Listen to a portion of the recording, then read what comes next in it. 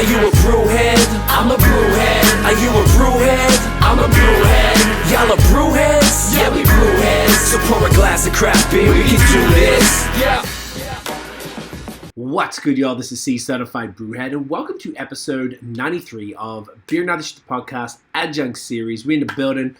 Tons of great episodes lately, guys. I've really enjoyed this run that's sort of naturally come together. So this evening we are connecting with a brewery that I've wanted to chat with for honestly a couple of years now. If you're into the stuff that we're into, the haze, all the fun stuff, these guys are like one of the gods in Ontario. I'm excited to get the story and crack some of these beers, mate. So everyone, please welcome Troy from Badlands, and of course Nathan from NathanDoesBeer to help me out, guys. Welcome, fellas. Thanks for hanging out, Troy. Appreciate you, bro. Yeah, thanks for having me on, man. I'm excited. Yes, likewise. Nate. That's nice to meet you finally. Yeah. So we got a good one tonight, guys, with some fantastic beers, obviously. And I'm really genuinely keen to get into the story. So let's start off with this first bad boy right here, the Select Citra 6.5% IPA. Tell us about this one, bro. Yeah, so I mean, oh shit, it's a collab. Yeah, so I mean, this is I like the joke. It's kind of a collab, but it also sort of isn't. It's the most collab we've ever done. But it also isn't, in the sense that we build the recipe itself, just like on our what I would consider kind of like our house 6.5% recipe. If you drink our beer enough, you'll know very, very quickly that we don't mess too far around in the ABV scale. Like almost all of our beers are fixed. So we do like IPA 6.5, double IPA 8.2. The one exception is Tree Crawler, which we'll have later today. But like, I just like that ABV, like not range, just that ABV. So that's just what I do. So anyways, This is our 6.5%, like kind of like house-ish recipe, very standard. And the collab piece is, our friends at Blood Brothers and Third Moon and us went out to Yakima this year. We got together on a group contract and we went out and selected some hops. And this is our collective selection of Citra. Hell yeah. So this is a cool idea. Yeah. Yeah, no, it was awesome. I mean, individually, none of us would have been able to select really anything. Okay. But collectively, we were able to select for, I want to say it was 6 varieties. So we basically started a series and called it Select. And it's we selected for Citra, Mosaic, Simcoe, Sabro, Eldorado, a few others. And this is the first one in the series coming out, and it's Citra. So this is our selection of Citra this year. Like I said, selected it with the guys from Blood Brothers and Third Moon. And this is the first hop we selected for while we were out there. And on the table, it smelled really great. And I think it turned out pretty nice in this beer too. Glorious. That sounds sick. All right. Let's get that in us. Cheers, guys. Cheers. Great nose. Gentlemen. Well, that is glorious. I love that. I love that you've got that just the standard base. I did notice that actually, but I didn't. I just thought it maybe was like a coincidence or something. But I love that you got the standard 6.5, 8.2 for this. So this is money, man.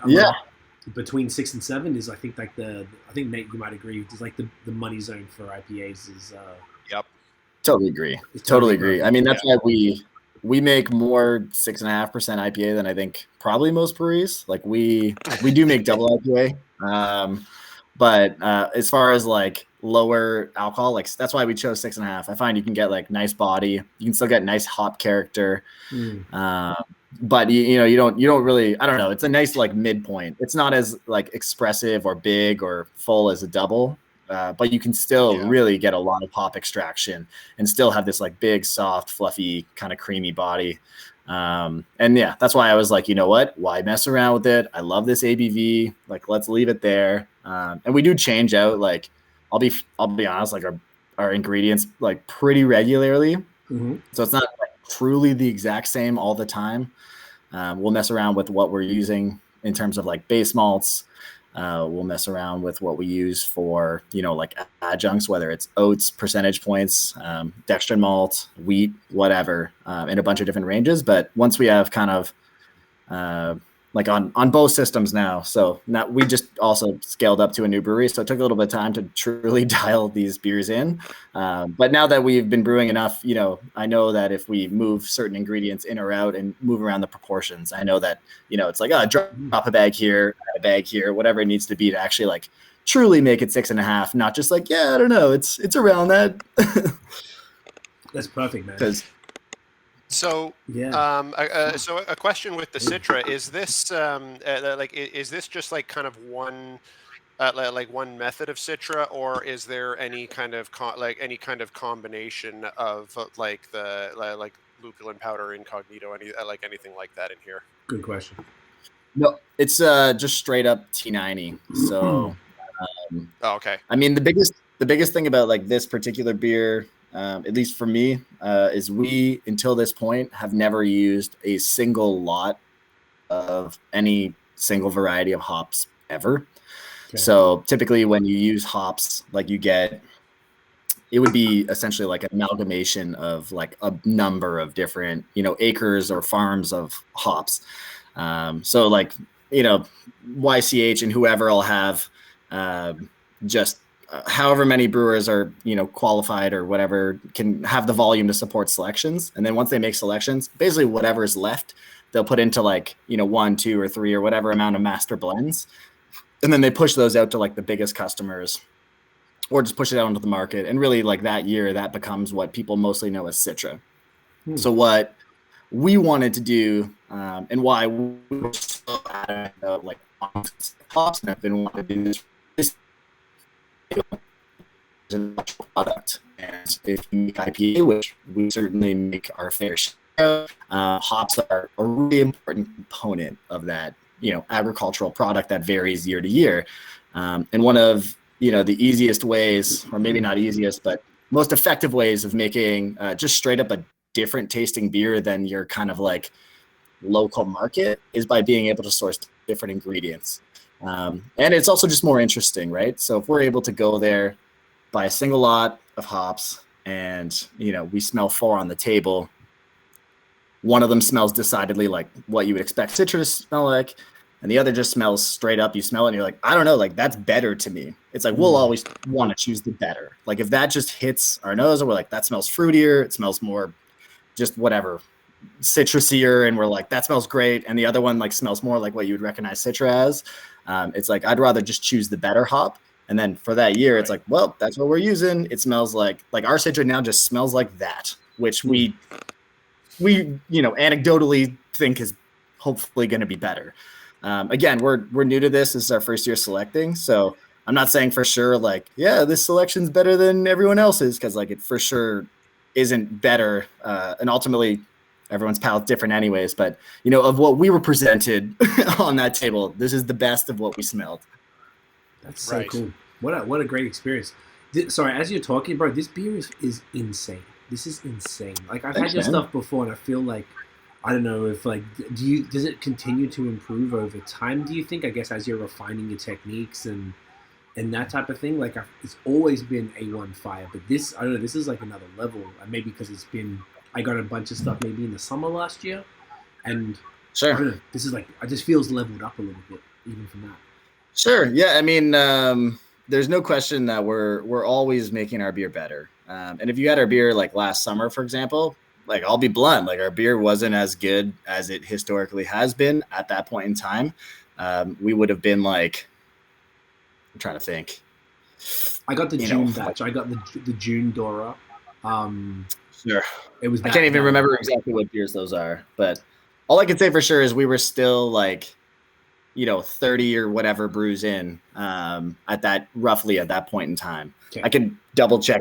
But anyways, it's on our new system. And, we had gotten to the point, like a 5 brews in that I was like, cool, we're able to like, extract sugars properly. But, it takes a really long time to find balance in your beer. And though our recipe on paper today is almost identical to what it was on the small system, I will say, like, it has been a really long, slow game of inches to just kind of bring our beer to a point where I'm really consistently happy with it, which is the other thing. Tweaking is important for improving your beer. But, you know, anytime you tweak, you are changing your beer. And that doesn't necessarily mean for the better. So you really do have to do it slowly, carefully, take notes, like be very, very harsh with your assessment. Be like, look, is this better or worse? The same? Is it relevant as a, you know, a change? Does it matter? All those things.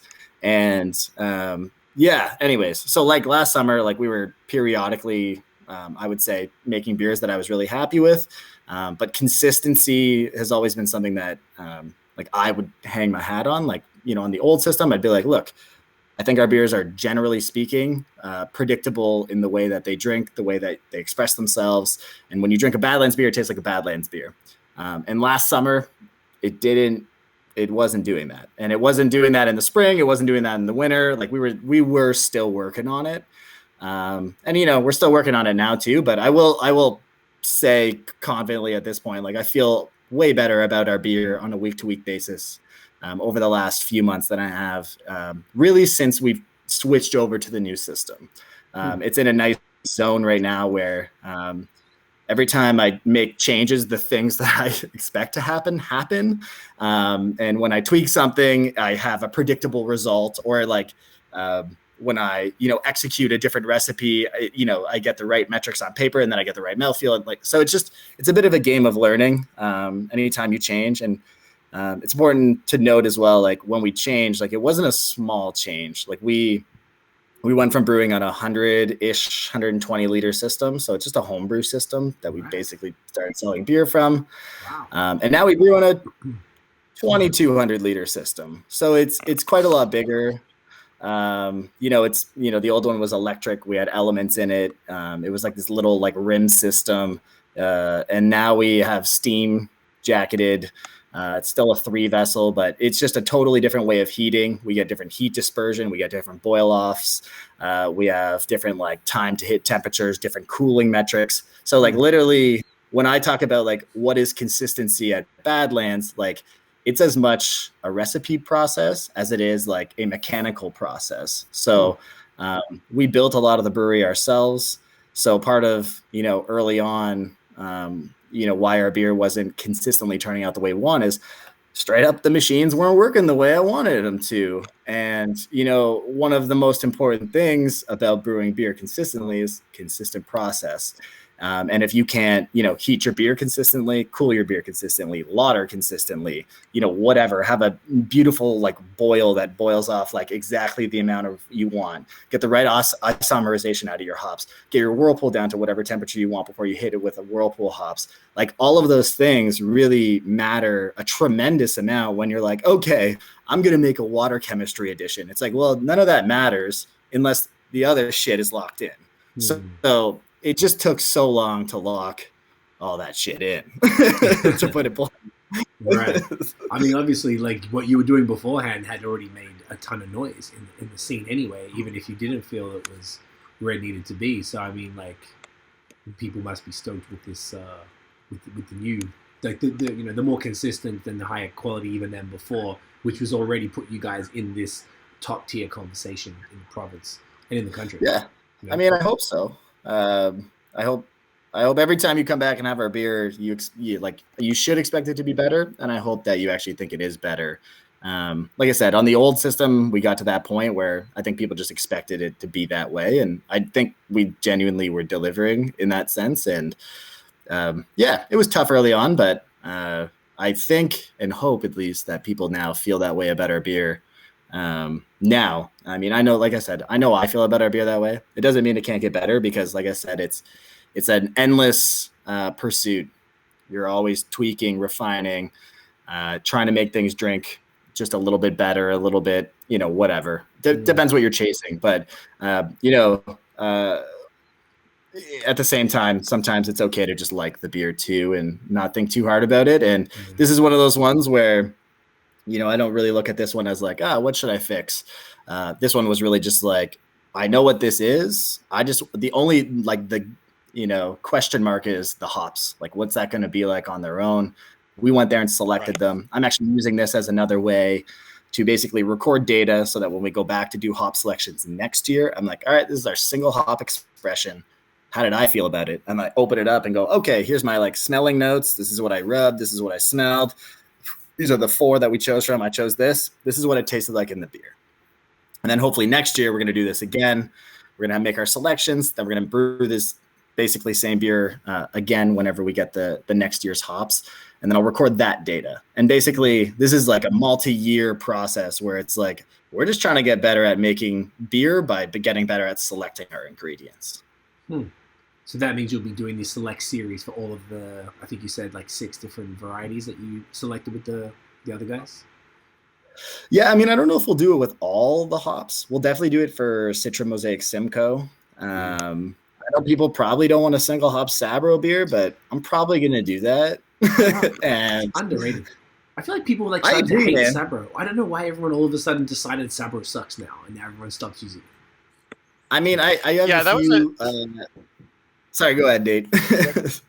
Oh no! I was just gonna I was just gonna say that had a bit of a weird pattern, because when it first appeared on the scene, with that kind of new flavor that that you didn't really get out of many hops before that, like people were going nuts for it, and then it kind of and then in the last couple of years, it's had kind of that dip where people are kind of like, oh, Sabro again, or and I don't know if they're just kind of finding the the flavor bill just overdone, or if they're finding it doesn't gel, or if they're just or if it's just going through a wave. But yeah, it's it's definitely gone through a weird pattern. I think it definitely still does it enhances certain certain hop profiles really well if it's if it's used pretty well deliberately. I could probably count on one hand though the number of single hop Sabro beers that I've had now that we're talking about it. Yeah, there's not a lot of them. I mean, we did a single hop Sabro beer back when it was like HBC whatever, and immediately I was like, this hop is gonna be like some shit, like it's gonna be a thing. And I was very happy when it got released, and it still is one of my favorite hops. But I will say, anytime like a hop, so like Sabro did gain in a lot in popularity, and the growers obviously responded to that by planting more of it. And as soon as you increase acreage, you increase farms growing it in different regions, you start to get a different product. And I will say the variability in what you get when you purchase Sabro, like as a guy who brews with Sabro, if I were to go to like 3 different places and get Sabro, it would taste very much like not that consistent. You can be anywhere from like creamy coconut to straight up like licking a cedar tree. Like it can be very widespread. And like, so that might, like purely speculation on my part, that might be one of the reasons why people like it less now, is that coconut can be like a polarizing flavor. I don't get it because I love coconut, which is probably why I like Sabro. But when Sabro like edges towards that like weird cedary side, it's not really for me. So like it might just be like more of that's out there. And then there's also the people who don't like coconut in the first place. So then there's just like a larger contingent of people that are like, that hop's not for me. But personally, I'm bullish on Sabro. I want to see more of Sabro. It's delicious. The one that you guys rubbed this year, was that coconut forward? Sorry, Nate. The which one, sorry? You selected Sabro with third moon. Yeah. Was that one on the coconut side and not the cedar side? Yeah. It smells like a coconut, like got down with a mandarin orange. Like it smelled amazing. Woof. Nice. Money. Yeah, I'm pretty sure. I think Third Moon just got it into Love Lies Bleeding this week. Okay. Was it this week? Yeah. Anyways, I just had some the other day, and it tastes great. I was very happy to taste it in their beer and be like, oh man, I think we selected good here. Yes. Nice. I love that. Nate, you were going to say something. As you were describing that, Troy, it reminded me of something that Sawdust City did, I think, like 5 years ago, where they did like a terroir study, like couple of beers, like two 2017. IPAs with identical recipes, but just I think it was with hops grown on different farms, or it was like something that was like, or the water was from different places or something like that. But the recipe was it was the hops. Okay, one was Quebec, like one was grown on Ontario. different farms, and. And the two beers tasted completely different, even though it was the same hops with the same recipe, same brewing process, everything. The only thing that was different was where the hops were grown. So, that seems to definitely be a thing that like you could get pretty wide variation in flavors, even just from something as simple as who's growing the hops where. Mm. Oh, totally. I mean, it's it's undeniable that terroir plays a part. I mean, ultimately, like hops having a brand name is the same as like a beer having a brand name. It's just for recognition, so that you have like an idea of what that is, which is also part of the reason why they make a master blend, because it's more consistently that thing. But yeah, I mean, the difference between, even on a single farm, if there's 1 acre or 1 row that was better exposed to light, got a little bit more rain, got a little bit more shade, you'll get like a totally different growth pattern out of those hops.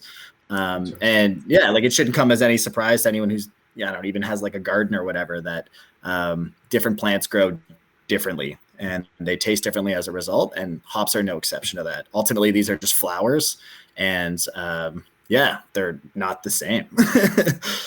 That's so sick. That's fascinating, man.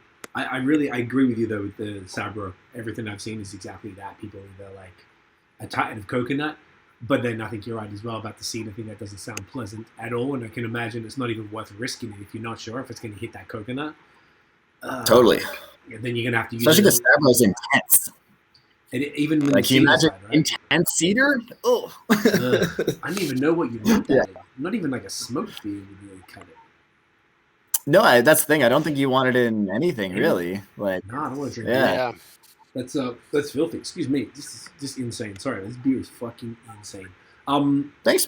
I'm really, really impressed. Let's get the story. I know we could kind of weave around. Maybe we'll get that out the way. So, how did you personally had to discover beer? How did you get into it, and how did that lead to brewing?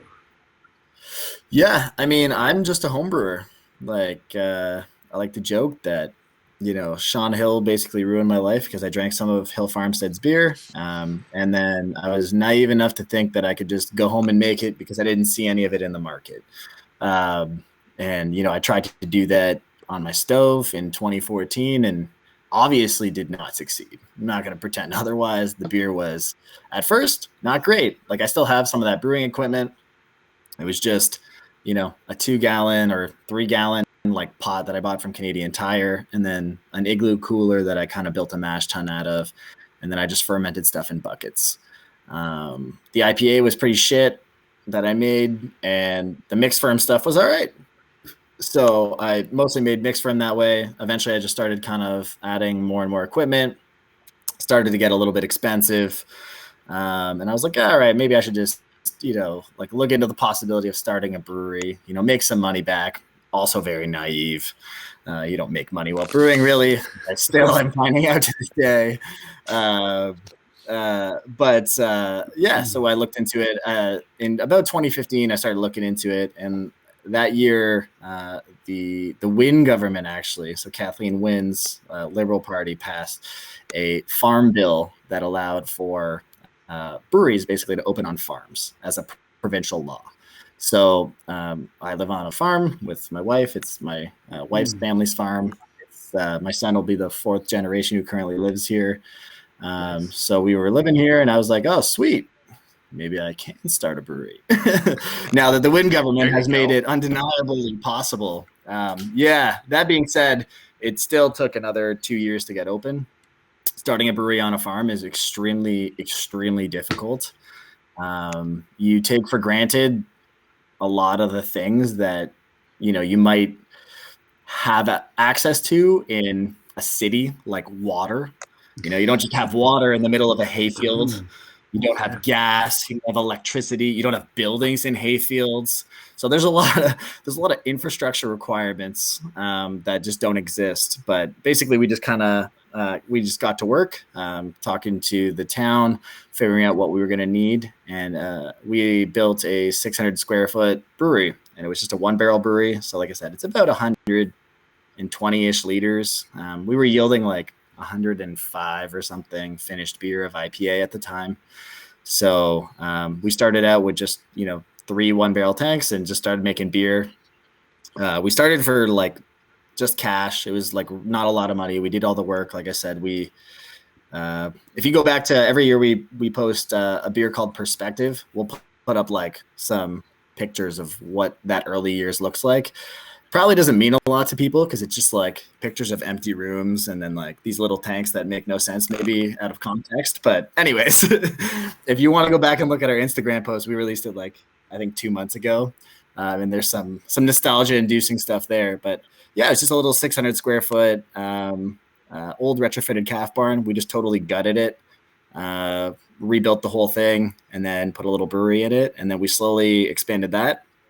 Went from 3 tanks to 6 tanks to 9 tanks to 12 tanks to then we added some triple barrel tanks during COVID because people were freaking out and we were trying to give them a little more beer. Still wasn't enough, but at least we said we tried.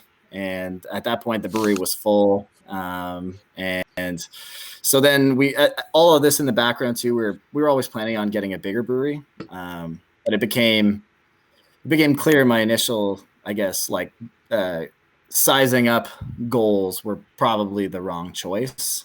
Especially the more I got into it. At one point we were brewing 4 to 6 times a week. So I was working a day job, so I started work at 6.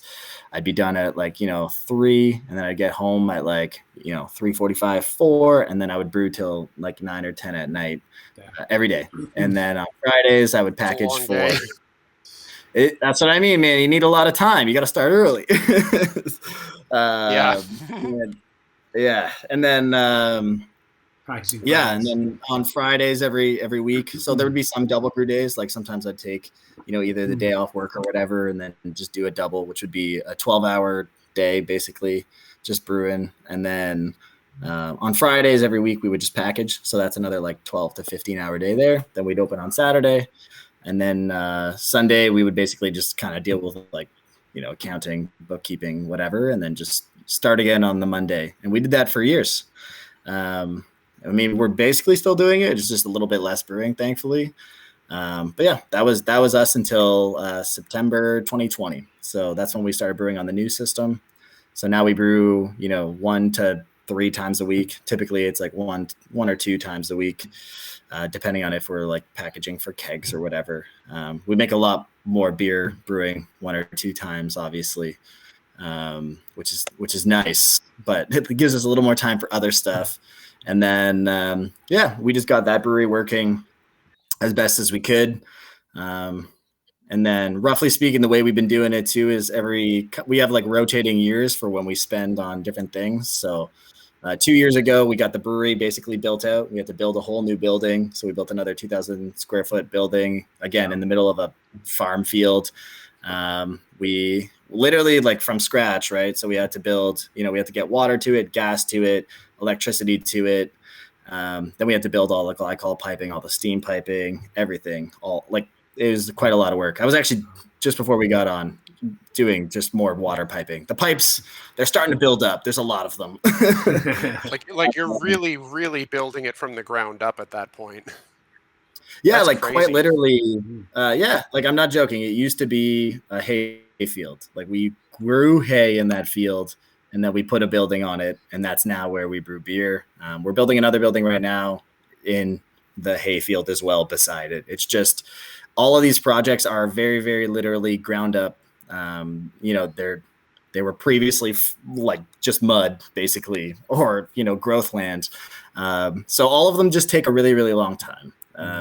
We started the new building that we now brew out of back in would have been January 2018, I guess. We would have been starting to like dig it out, pouring concrete, stuff like that. And then because we're also brewing throughout, we only have so much time to actually work on the building. So we would in one weekend, we would insulate the building or whatever.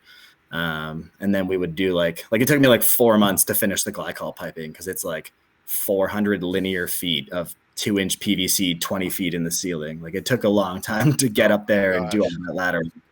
Yeah, it took some time, but I got it done. It works great. We're still using it to this day. It's built for expansion too, so that we don't have to do this again and again and again, which is also why we built such a big brewery the second time. I didn't want to have to ever do this again, basically. We built 2 breweries in 3 years. I was like, no more breweries, man. That's it. Yeah, really. That's crazy. So the new one you're building, that's are they all attached? Like to the, correct me if I'm wrong, is that nothing's attached?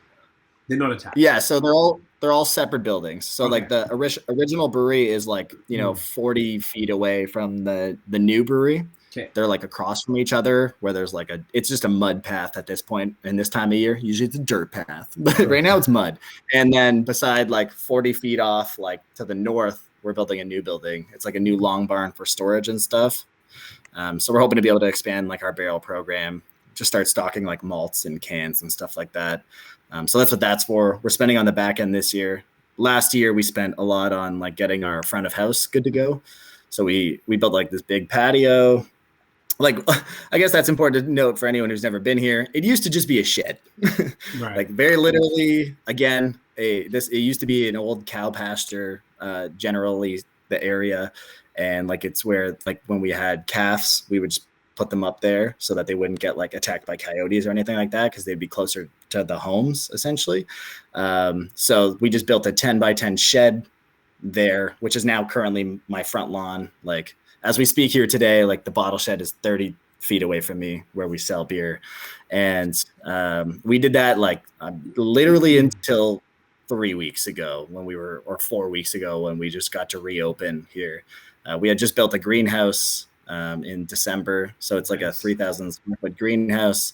And now that's where we do all of our like sales and tap room. It's only like, again, like 30 feet away from the bottle shed, but it's a lot better. Let's put it that way.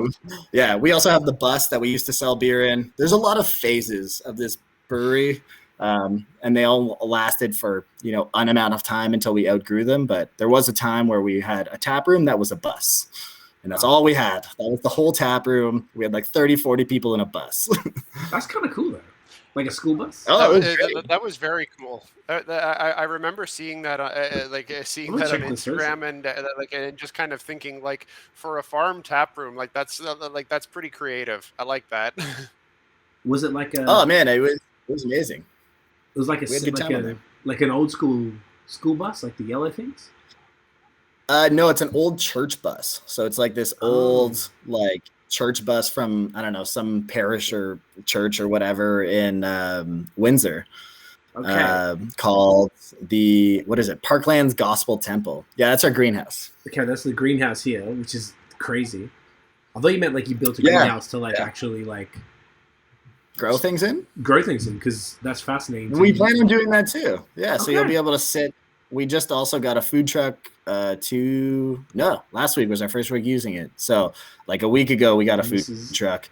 Amazing. That's it. That's our shed. And that's the original shed. That's the bottle shed. Okay. That's so it. That's what I've seen before. Okay. I hadn't seen the greenhouse. Yeah. I imagine. So before you had the shed. It's really new. It's really new. Okay. And before the shed was first. The shed was first. Yeah, yes, totally.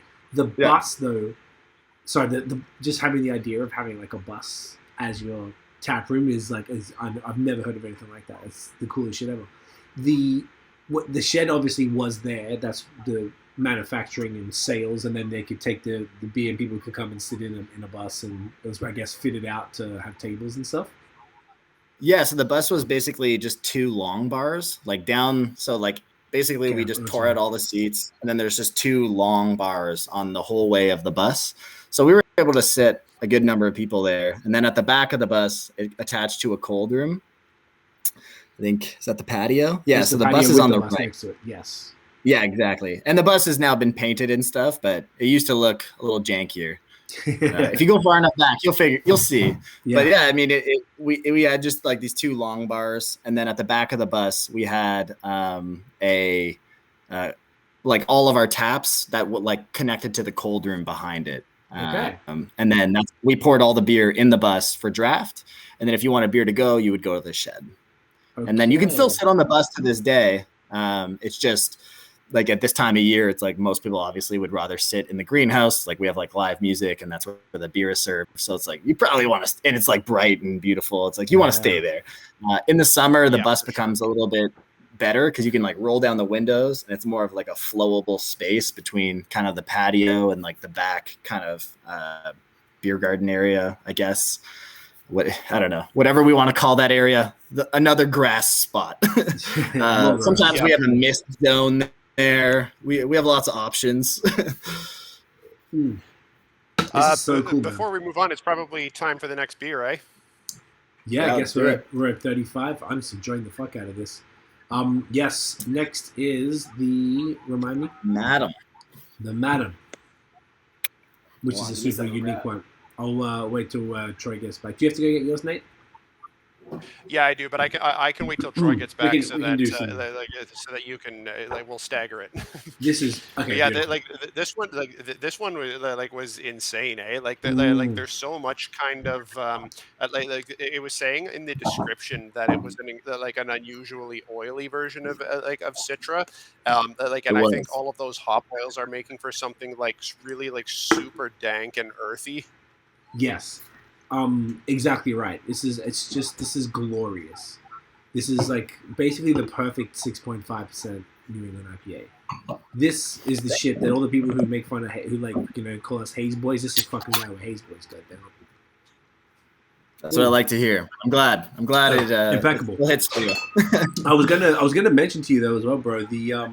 So last you mentioned about the stuff the inconsistencies last summer. I was going to ask you about it because I was with Derek from Brewski, I think in about August or September, and he was like, man, I'm going through this shit and I can't get, something is wrong with my haze. And he's like, this is a collab we did with Badlands. Try this. He's like, I hate it. Try this. He's like, he pulled me something else. He's like, try this. I was like, I don't know what the fuck's wrong. Because I spoke with Troy and he's like, Badlands went through the same thing. So because I got that batch, I did find them inconsistent compared to what I had in the past. Not like shit by any means. But no, just not what you expect. Yeah, I could say that would be fair.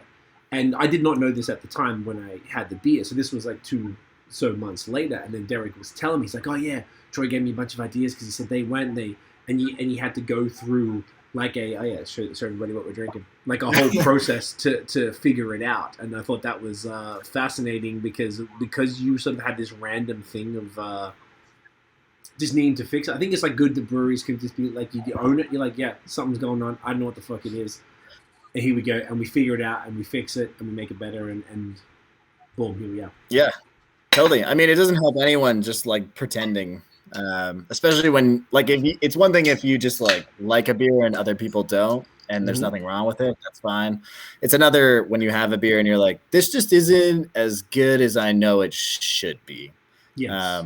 And then there's just no point, especially when with your regulars and stuff, it's like they drink your beer every week, and if they're also in agreement, it's like you should just figure it out and be honest. And we were honest even before we started releasing on that new system. Is like, please be patient. I promise we'll figure it out. But these beers will not be what you expect from us for a while. I don't know how long. I can't promise you. All I know is we're gonna work away at it, and our beers are gonna get better every week. And the same way we did at the beginning when we were a 1-barrel brewery for the small number of people that were still with us to this day, because it just couldn't be that many people. But the same way that back then we were just always working to improve, get better. That's going to happen here. Things don't scale linearly, and they didn't for us at all. We had to really work to make those beers work the way we wanted. Our yeast was behaving differently. Also, for those who don't know, we have our own house yeast. It started out life as Foggy London, but we're on generation 91 or something, and it's just been living in our beer for 2.5 years. It's the exact same yeast we've been using in our small system. We serial repitch, and we've been using this yeast for a really, really long time. And it's great. It behaves really well for us, but it changed tank geometry. It had different hydrostatic pressure. We had to tweak our pitching rates. We had to change our like feeding, basically the amount of like nutrient we gave it. Needed a little bit more oxygen. But anyways, now it's behaving really nice for us. But I mean, in the last like 40 minutes here, I've told you like 17 different things that I was like, we had to fix those. And it's like, that's what I mean. It's like, it takes so long to just like be like, oh, this like process works. This process works. This process works. Oh, also my yeast is behaving correctly and it's a live organism and I have to like actually guide it back to being always that way. It doesn't just like, oh, it's working this way now, it's always going to work that way. It's like, nope, it could take 4 generations for me to flatten it back out. So it's just a lot of things. And I remember when Brewski came up and we talked about it, and it's just something that I had dealt with before, and I think it worked for him. I kind of forget now, but I think he did. I think he finally figured it out, but he was showing me some old stuff. So he dumped a bunch of stuff, but he couldn't dump everything because obviously it wasn't practical, and it was bugging. Sometimes you got to stay in business. That's exactly right. And look, people probably wouldn't complain. And like, I didn't think it was as bad as he thought it was, but I understood it wasn't to the same quality that I was used to expecting. For sure. I only related because I was like, I had Badlands before, and I felt like it was a little tighter than that. But when he explained it was like, oh man, it's like, okay, you got to almost, it's like a process of elimination. You're like, all right, so let's see if it's the water. Let me try and fix the water. Okay, cool. Hopping, like he's like, I brew something, it tastes great, and then I dry hop it.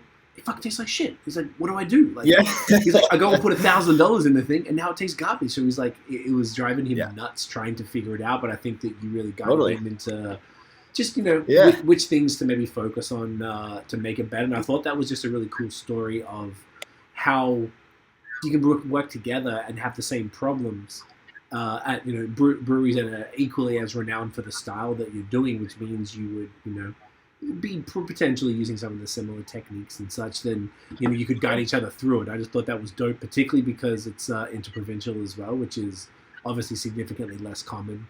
You know what I'm saying? Yeah. I mean, their beer is great, so I'm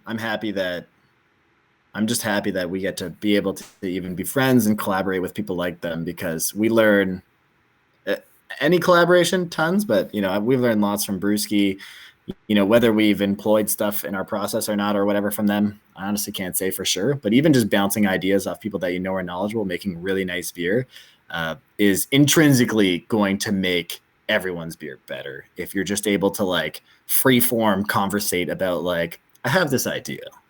And then you're like, I don't know, I think that's a bad idea. It's like, all right, that might mean it's a great idea. Let's try it. And then, or maybe they're like, no, I've tried that. It's horrible. Like, don't waste your time. And you're like, all right, fine. I love it. Oh, it's good to be able to lean on each other's expertise for that, though. Yeah, totally. No all right, shall we talk about this beer? Yeah, man. So this is completely different, as you said, to the last one. Tell us about this one, bro. This is actually quite timely, from what I can tell here, looking at the description. It is, yeah. So every year we release a beer for International Women's Day. It's brewed by my wife and business partner, Grace. This year she didn't brew it. She's 32 weeks pregnant. Like, she's not going to be scraping out mash tuns or anything like that. Typically she does, but this year she just did the design. And then the label is designed by my sister-in-law. So she does it every year as well. This is our 3rd year doing it. And then, as per tradition, we also use the Pink Boots blend, and that's the only hop we use, and we dry hop with it. So ultimately, the recipe is up to Grace. She likes lavender. So 2 out of the 3 years now, there's been lavender in it. Our first year, it was lavender and elderflower. The 2nd year was just vanilla. And then this year is lavender and orange. I think this beer probably is my favorite version so far. It turned out nice. I mean, we learned a lot from using lavender last time. This time we dialed it back a little bit, and it's there in the front, but then disappears kind of into like hoppy orange zest at the end, which is pretty much the amount of lavender I would like. And it's just more there as like a secondary note, which is nice. But I'm pretty happy with the way that this beer turned out. Grace has only tasted it, obviously, being that she's pregnant. She's not going to be crushing pints of 6.5% IPA, but we do have some saved because the baby is due not that long from now. So that you can get into them. Well, I love the concept. Right. Boys, get in it. Wicked Cheers. nose. Yeah, the lavender is definitely coming through super strong on the nose. Totally. And like it hits you early, like front of palate too. Yeah. It's like, yeah, it definitely does. So it's the first thing, like you said, the front of palate is the lavender, and then it kind of moves into I guess the orange comes through because I'm getting like straight orange and lavender on the nose, so it's super like right there. So this is like, is it dankness? Am I getting like a dankness from it? Yeah, I mean, honestly, if you look at the can, like there's a nice mix of hops in there that not all of them are dank, but they're pretty dank. But the blend is actually a pretty cool blend. Like when I opened the bag, like it smelled awesome. So, but it definitely has some dankness to it. I'll be honest, most of our beers have some amount of dankness to it, whether that's, the way we dry hop, the way we, whirlpool, the way our yeast behaves. It's honestly hard to say. But almost all of our beers have some layer of dank to it almost at all levels, regardless of what we do. That's one of those like unexplained things that I'm like, it's probably a process thing that I like. I can't say for sure, but but all of them have a layer of it. I personally know that I do like some dank. I don't necessarily love like candy sweet beers. Almost all, like both of these beers, for example, like all of our beers are a little bit drier than most in the style these days. I just don't really like sweet beer generally. They don't necessarily present that way, but yeah, I don't know. I just don't really like sugar, I guess, a ton. I'd rather like trick your palate into feeling like it's perceptively sweet rather than actually being sweet. Yeah, I think that's the better way to go. To go with this style. It's one of those things that when Vic Haze is kind of done half-assed, it definitely comes off with a lot of heavy residual sweetness. So it's I think that plays well that you're aiming for something like a bit drier on that front.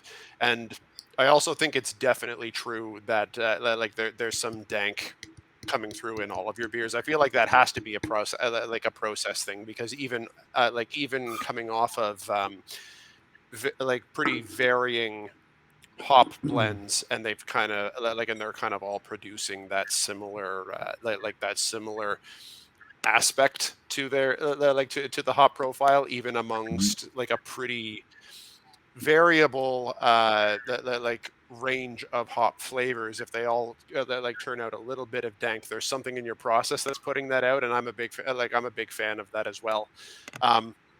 The dank profile, as you're saying, it can sometimes come out like a bit overly sweet, especially if it also has like that resinous component to it.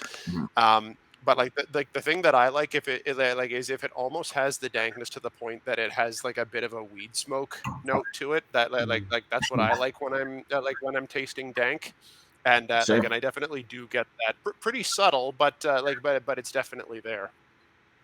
Yeah, and we'll see later on when we move on to some other beers. March DIPA is like specifically to scratch my dank itch. It's literally like the dank hops. It's great. I love it, but it's got, like Enigma's dank. Nelson, it's pretty dank. Yep. Aussie hops, pretty dank. Whirlpool with Columbus, pretty dank. And the beer perceives like it's presented pretty dank, but I love it.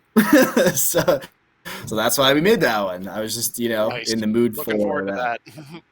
Yeah, no, we'll definitely probably that one should be probably the last one because it as a flavor profile is pretty explosive. So we'll keep that one last. Yep. I think it's dope when I feel like New England IPAs aren't typically dank across the board, so it is really nice to sort of have that kind of change. Not that they're all sweet, but I feel like dank isn't as common as perhaps it could be.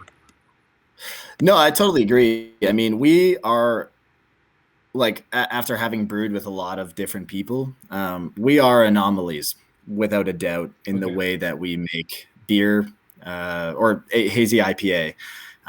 Like I said, I'm a home brewer. Like I didn't come from anything. Like these processes were developed by trial and error, following my palate, and we definitely landed in different areas. Like I said, with our yeast, it's like I just like repitching yeast endlessly. Like I enjoy it.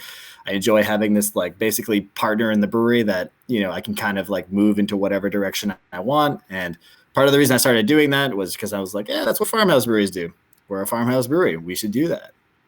And, you know, that definitely changes the way our beers just tastes, period. Because we have a totally different house character than is really possible unless you have our yeast.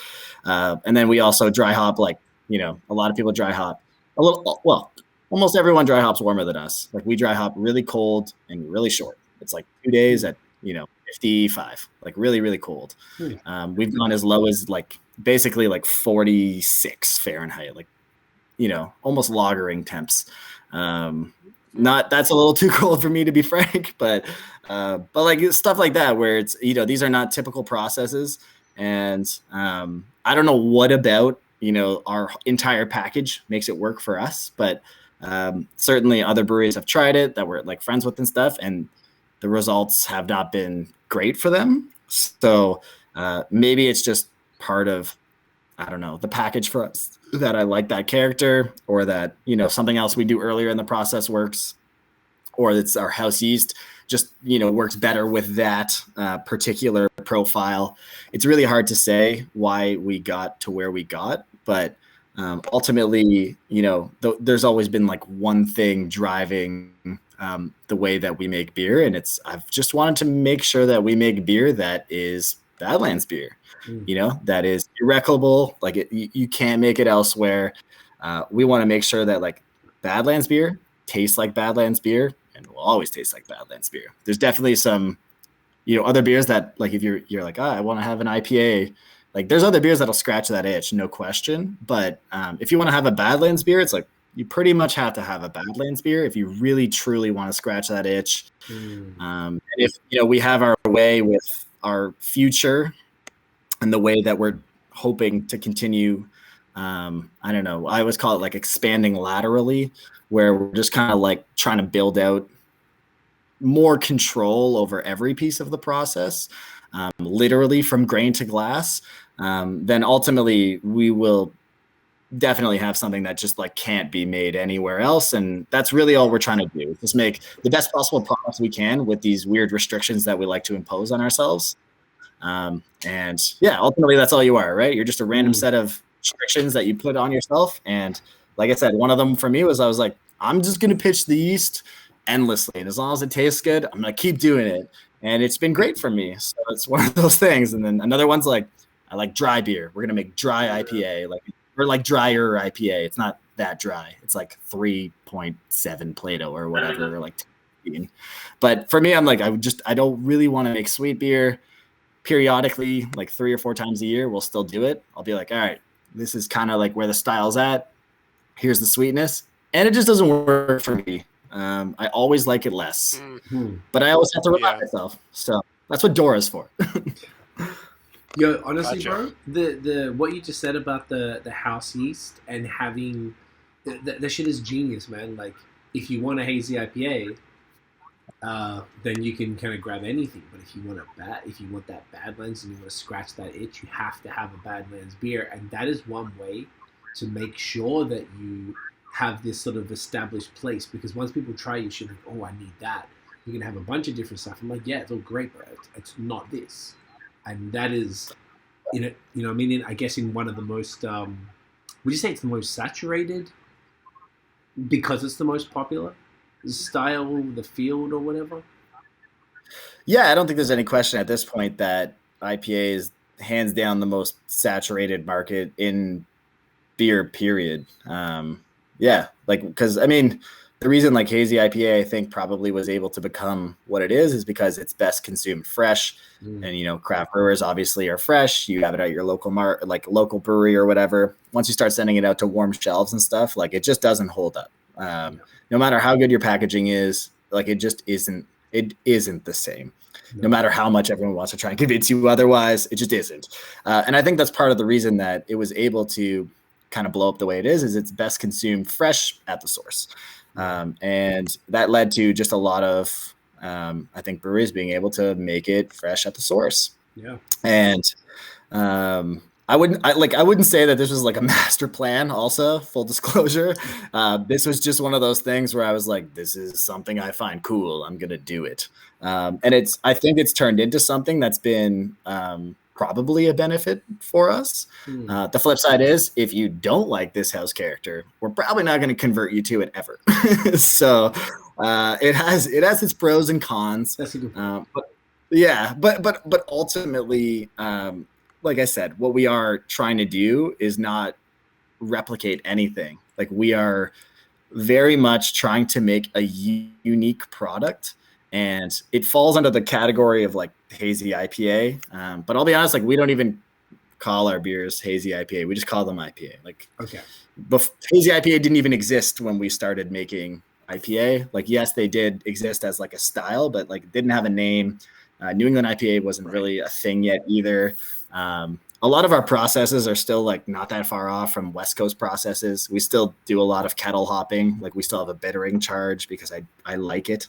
I think it provides like a nice backbone, provides drinkability.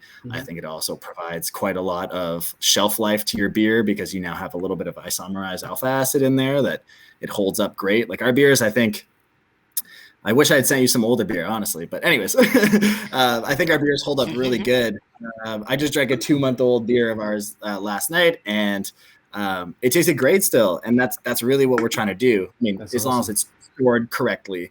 But part of it too is it's just like, it's unique, but it holds up well because of a lot of the focus we've put into certain hot side and cold side processes, limiting oxygen, all that good stuff. But yeah, ultimately, like I said, what we're trying to do is make a unique product. It's the most crowded category, like you said. It wasn't when we opened. That was actually, again, full disclosure, the reason we opened is no one was making like hazy IPA. I don't know if I would have necessarily opened a brewery if I could have just gone to anywhere and gotten a hazy IPA that I wanted. But, in 2015 in Ontario, it's like you could not buy hazy IPA. Like, it wasn't an option. So I was like, fuck it, I'll just do it myself.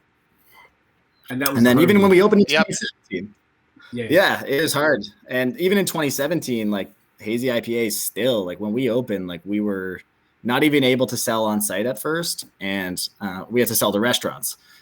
And selling hazy IPA north of the 401 in 2017 was a nightmare. Like, they were like, what is this shit? Like, this is hazy. Like, will it ever not be hazy? Like, is it a wheat beer? I was like, fuck, I don't know, man. Like, do you like it or not? That is kind of crazy. Because I think Juicing from Sawdust only dropped at the end of the fall of 2016. And that was the first from what I understand. As far as like, definitely will be distributed. Right.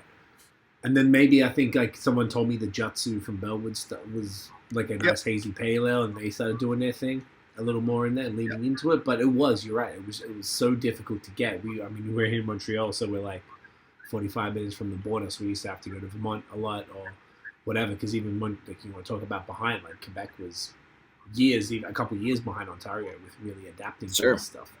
So I was going to ask, obviously, this is what you're known for. And the reason why I keep referring to them as hazy IPAs, I guess it's IPA's IPA, really. Like, that's okay. You can call them hazy IPA. They are visibly hazy. They're very hazy. Right. and they have the flavor profile. There is a distinct difference between a West Coast IPA and such like that. I was going to just touch on, like, obviously you explained why you did it. You wanted to drink what Hill was doing and so on and so forth, and you were correct that it was not happening here, so you're like, let me take care of that. Obviously, when we were talking on email, you mentioned that you guys don't just do haze. Obviously, that's probably how you started, and then you sort of dabbled in other styles. Like, maybe just talk us through kind of the style progression from you guys, where it started to sort of where you're at now. Yeah, sure. I mean, so we started the brewery basically founded on like 3 core styles. Okay. Basically, it was going to be IPA, mixed fermentation, and lager. And mixed fermentation is like, roughly speaking, just like I don't want to call them sours necessarily because they don't have to be sour. They can be tart. It's just like, a mix of like multiple yeasts and bacteria to make beer. And then there's like a fourth subcategory that I was like, yeah, specialty beers. Like it'll never be a volume driver for us, but I love all beer styles, like legitimately all of them. And I wanted to be able to make all of them. Right. The truth is, early on, I literally made all of those styles, and just no one gave a fuck. Like it's simple as that. The only thing that people cared about was our hazies, and like that was cool. Like I literally love the style. Like I really, really do. Like I said, I started out as a home brewer, so like I drink my own beer and I enjoy it. Like that, I made it for me first. I still make it for me first. Our beer is tweaked to my palate, not to consumer sentiment. Though if someone hates something, I will not make it again. If it's like just like ripped apart, it's like, yeah, we're not gonna make that again then. But ultimately, all of these beers, are basically like live or die on whether I like it or don't like it. Sometimes I'm a little bit bullish on stuff, and I'm like, no, we're gonna keep making this until people like it. And other times it's the other way around, and I'm like, that wasn't my favorite beer, and people are like, I love it. I'm like, all right, cool, but I'll keep making it. But like basically early on, that didn't really work out that way. Where we were like, we made a pile of lager early on, and the truth is, we just couldn't afford the tank space. We couldn't really sell it for the price point we required at a 1-barrel scale. We were making I'm sort of like a really tricky. That's a really tricky thing for a small operation that like to devote space to lagering. Oh, it's totally challenging, man. I mean, we just started brewing lager like, I don't know, a few months ago, basically, because even in the new brewery, I only bought enough tanks to brew IPA. Like we didn't have enough money to just like get as many tanks as I needed. So then, after we got like the brewery working properly, it was like, okay, we're upgrading, and like I'm buying 2 tanks for lager. Like nothing else will enter them. Like I literally think of them in my mind in there. I'm like, those are lager tanks. That's it. Nothing else is allowed to enter them. So now we always have lager. Not to send to you because we're out of cans. I'm so sorry. We just packaged it yesterday. That's all right. That's all right. But yeah, we'll get it next time. Yeah, we'll get it to you. Don't worry. I promise. They're only going to get better as well. We're only on like our third big system lager. So again, we're still dialing it in. It is going way faster than IPA because we've brewed a lot of IPA and I've learned a lot. So that helps. But yeah, even on the small system, like we were brewing, like I was doing a lot of like Saison-ish inspired stuff. And we basically just like, I don't want to say couldn't sell it, but definitely couldn't sell it at a pace that made it worth basically taking up the tank space for, particularly when we were making IPA and people were, like getting mad at us essentially for not having enough of it. And when I mean essentially, it's like, no, they were literally getting mad at us and being like dicks. So I was like, all right, maybe we'll just like actually just, make more IPA. So that's pretty much what we started doing is we started focusing more and more on IPA. And like I said, we were always planning on being like in my original, like, how much beer are we going to make? It was like, I'd like to make about like 80% of our total production IPA. Like that was my goal. Okay. We're like 95, which is fine, but like a little higher than I anticipated. So we just started making IPA. Yeah, that paints a pretty clear picture of how much the consumer space really does demand that once they get a taste for for real quality haze, they want it and they're insatiable for it, right? And they dicks to you about it. That's fucking hilarious. I mean, it's not. Oh, funny, dude, it's funny in hindsight, but because like we don't run out of beer anymore, which is literally that was the goal. I was like, when COVID hit, like life sucks for everyone, but like we got an extra layer of suck that like people like imposed on us because they couldn't buy your beer anymore. And I'm like, yo, I get it. Life is hard. Please don't make mine harder. like I know I don't have the beer that you want. Like, damn. But yeah, I mean, it was challenging. People were like, I'm not even lying, calling us like horrible people and like many harsher words than that, but like sending us emails, taking time out of their. I honestly couldn't believe the level of like vitriol people were willing to send our way for not having beer. I was like, what is this? Like, you know that we're small. Yeah, it was weird. But yeah, we literally at one point, you could probably go back and find it. I don't remember when it was. Probably it would have been 2020, I guess. Okay. We had to put out a post being like, yo, please people be patient with us. I promise we're planning on scaling up. Like, we don't have enough beer for you, but like, we cannot continue to deal with the level of hate you're sending our way in private messages for not having beer. Like, we're just asking for some patience here. It was this one. This post. That one? All right, there you go. Yeah. Like, it was honestly like we would release beer on Friday night for sale. So it was like 7 p.m. And like, I'm not even joking. I would finish bottling the beer and it would be like 6:30, 6:45 p.m. And I'd be like, duh, the last cap is on. We have the counts. Put it up. 1 minute later, all the beer's gone. And people are just like freaking out at us. And it's like, it got to the point where like enough weeks like went by, like 2 or 3 of them where that would happen. And like, we would start to just get like anxiety. Like, we'd be like sitting at the table, like put the counts up. We're like, everyone's just like, you could feel like the tension. Everyone's nervous. And then we'd be on our phones and like computers, like till 10, 11 o'clock at night, just explaining to people why there's no beer. And I'm like, we have to stop doing this. Like, I'm not like, I just worked for 15 hours packaging beer. Like, I don't need to spend another 3 on my phone telling people why we don't have enough of it for you. Like, this is the best I can do. Thankfully the post seemed to have made the difference where like we stopped getting as much feedback. And we also learned a lot about just like not taking it too personally. It was just like, you know what, maybe we don't need to answer every single message with this long-winded personal whatever. Because sometimes after we like were very honest with people about like how the business works and all this stuff, you know, they were either like definitely drunk or whatever, and they just like, yeah, well, still fuck you. And I was like, all right, well, that was a good use of my time. Oh my God, that's awful. That's really whack, and I think that is why people shit on the Haze people. Like, because that sort of behavior, that kind of, and I don't like to think that because I don't see it at all based on I don't know if you do, Nate, but based on sort of our, you know, we're adjacent to everything.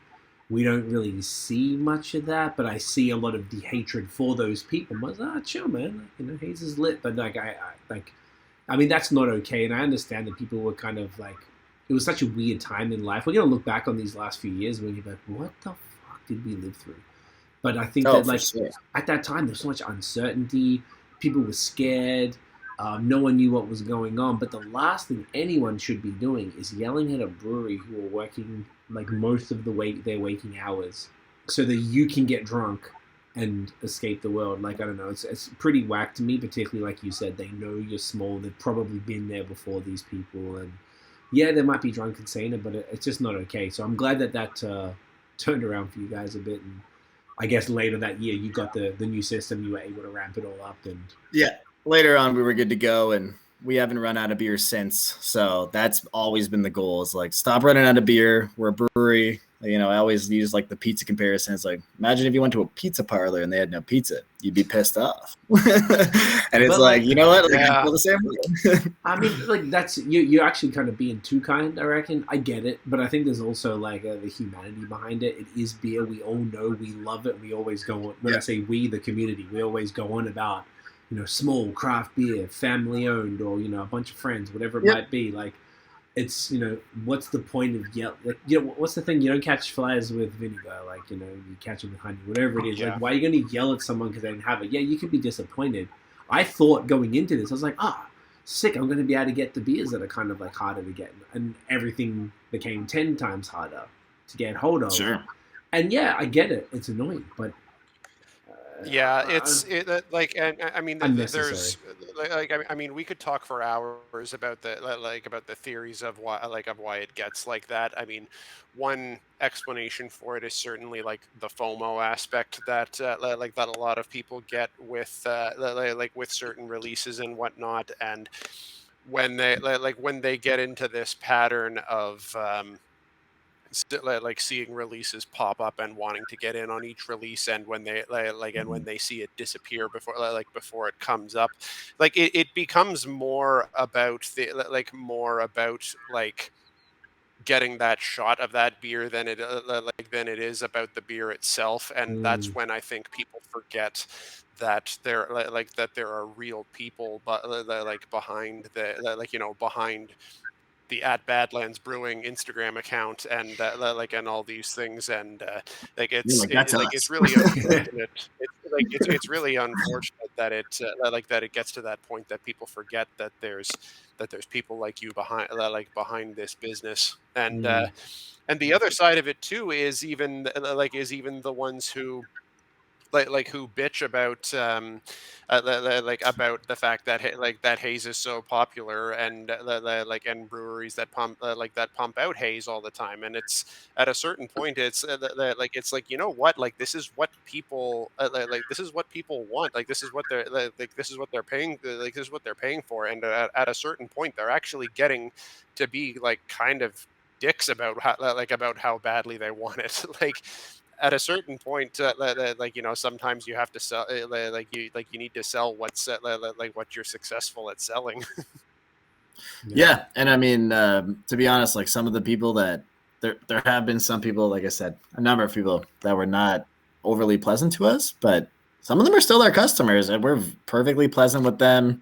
I don't it honestly doesn't bother me the way it did at the time, because I'm we took a minute to reassess and be look, it's the situation. I'm going to blame COVID on all of that because people were tense, they just wanted a little piece of joy to enjoy at home when they couldn't do anything. And I'm not going to hold any of that against them. 100%. And yeah, like I said, we don't hold anything against anyone. Some of them are still like I said, very good customers. We don't forget names. Sometimes people forget that we read, the only people that read it is us. So it's you see us in person, we see the emails. There are no more people. There's no random, I don't know, intern or whatever that gets replaced every 6 months that could just purge this out of their memory dome. It's I remember you, but I don't hold it against you. It's cool. It's a shame, but look, I don't want to dwell on it, but yeah, obviously that was a rough time, and unfortunately for this segment of the market, like Nate was saying, and also kind of what you said as well, Troy, that I think it's got to do with the FOMO, but also the fact that you said that you got to drink it locally and it doesn't last long. Yes, obviously Badlands stuff you're saying lasts a couple months old and it's killer still, which is amazing, because that's my main stressor in life, is making sure I don't let haze get old. It kills me because I don't like old haze. But I mean, still a good way to live on haze for sure. Better safe than sorry. If it's tasting good, don't wait. Just crush it. Exactly. We've all learned chances. Exactly. Yeah.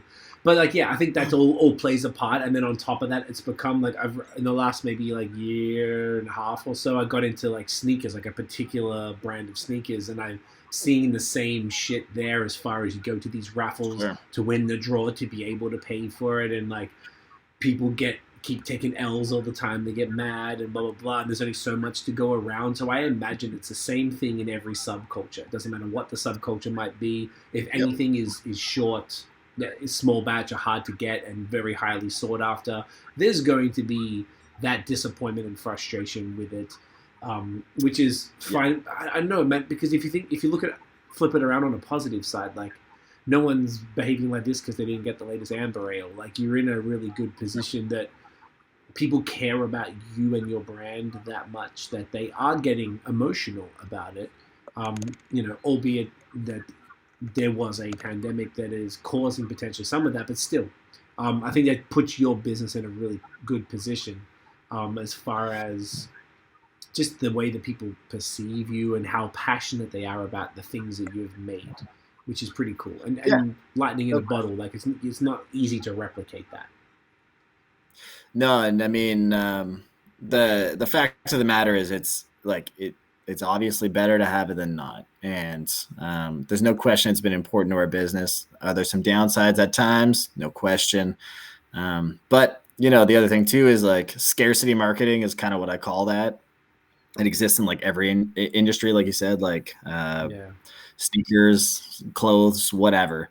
And I am not interested in running a scarcity marketing business, which is why, like I said, we made sure that we bought a brewery that could make sure that that's not a thing anymore. Yeah. And we really do want it to be about the beer. Like you said, it's like sometimes the FOMO starts to take control over the product, and we are a product first business. Like that's what we do. Like we make beer. We make it as best as we can, and I want people to enjoy it. And if you're in it just to like have it and not actually drink it, just to like have it, it's like, that's not great. Like I kind of want you to drink it and enjoy it with friends and family and stuff. And I want to make sure that we basically brew, and we still to this day like struggle with getting it just right, but we're getting better at it. But basically having all of our beers last 3 weeks for sale on site. That's what I want. If you have the ability to come here basically once a month, it's like you can almost get all of our beers most of the time ish. And if you miss it one weekend and you come the next, it's like probably you can get last weekend's too. Worst comes to worst, you can have it on draft. Like I want to make sure that like we're not basically brewing just scarce beer. Like that was never our goal. And yeah, so that's why we made a humongously bigger brewery than I ever thought we would ever make. Like it's 4 times bigger than originally what I was planning. I was like, we'll go to a 5-barrel, and it's basically like it's almost a 20-barrel brewery now. And I'm just like, it's better this way. If I need to make more, like it's a lot more, and it will not be scarce.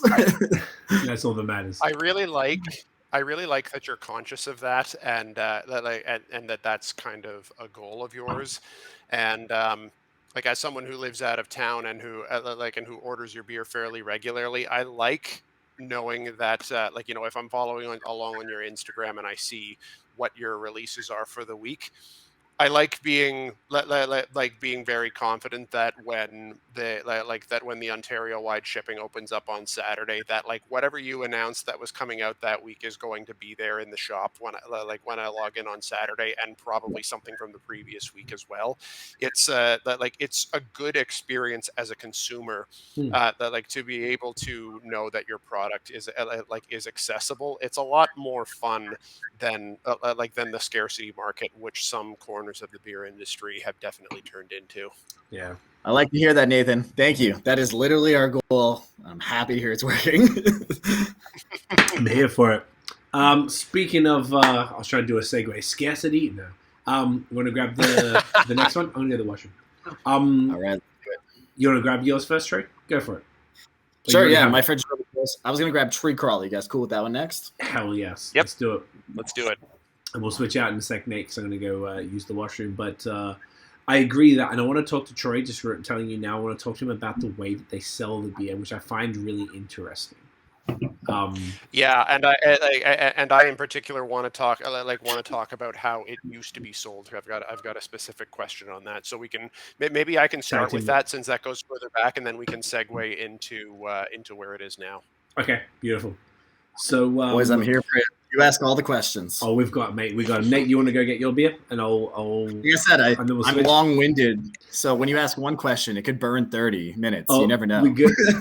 Honestly, I was about to say, good. You're a great guest for that. Yeah, I was about to say, I like the way that you, and I was going to tell you off air, but I like the way that you're a fantastic guest, because you you project your voice. This is small things, and you talk with such confidence, and you know the shit, and you can go on for you've got a nice thing, because some people can ramble on, and I understand. I'm a long-winded person too, hence we do these long-ass podcasts.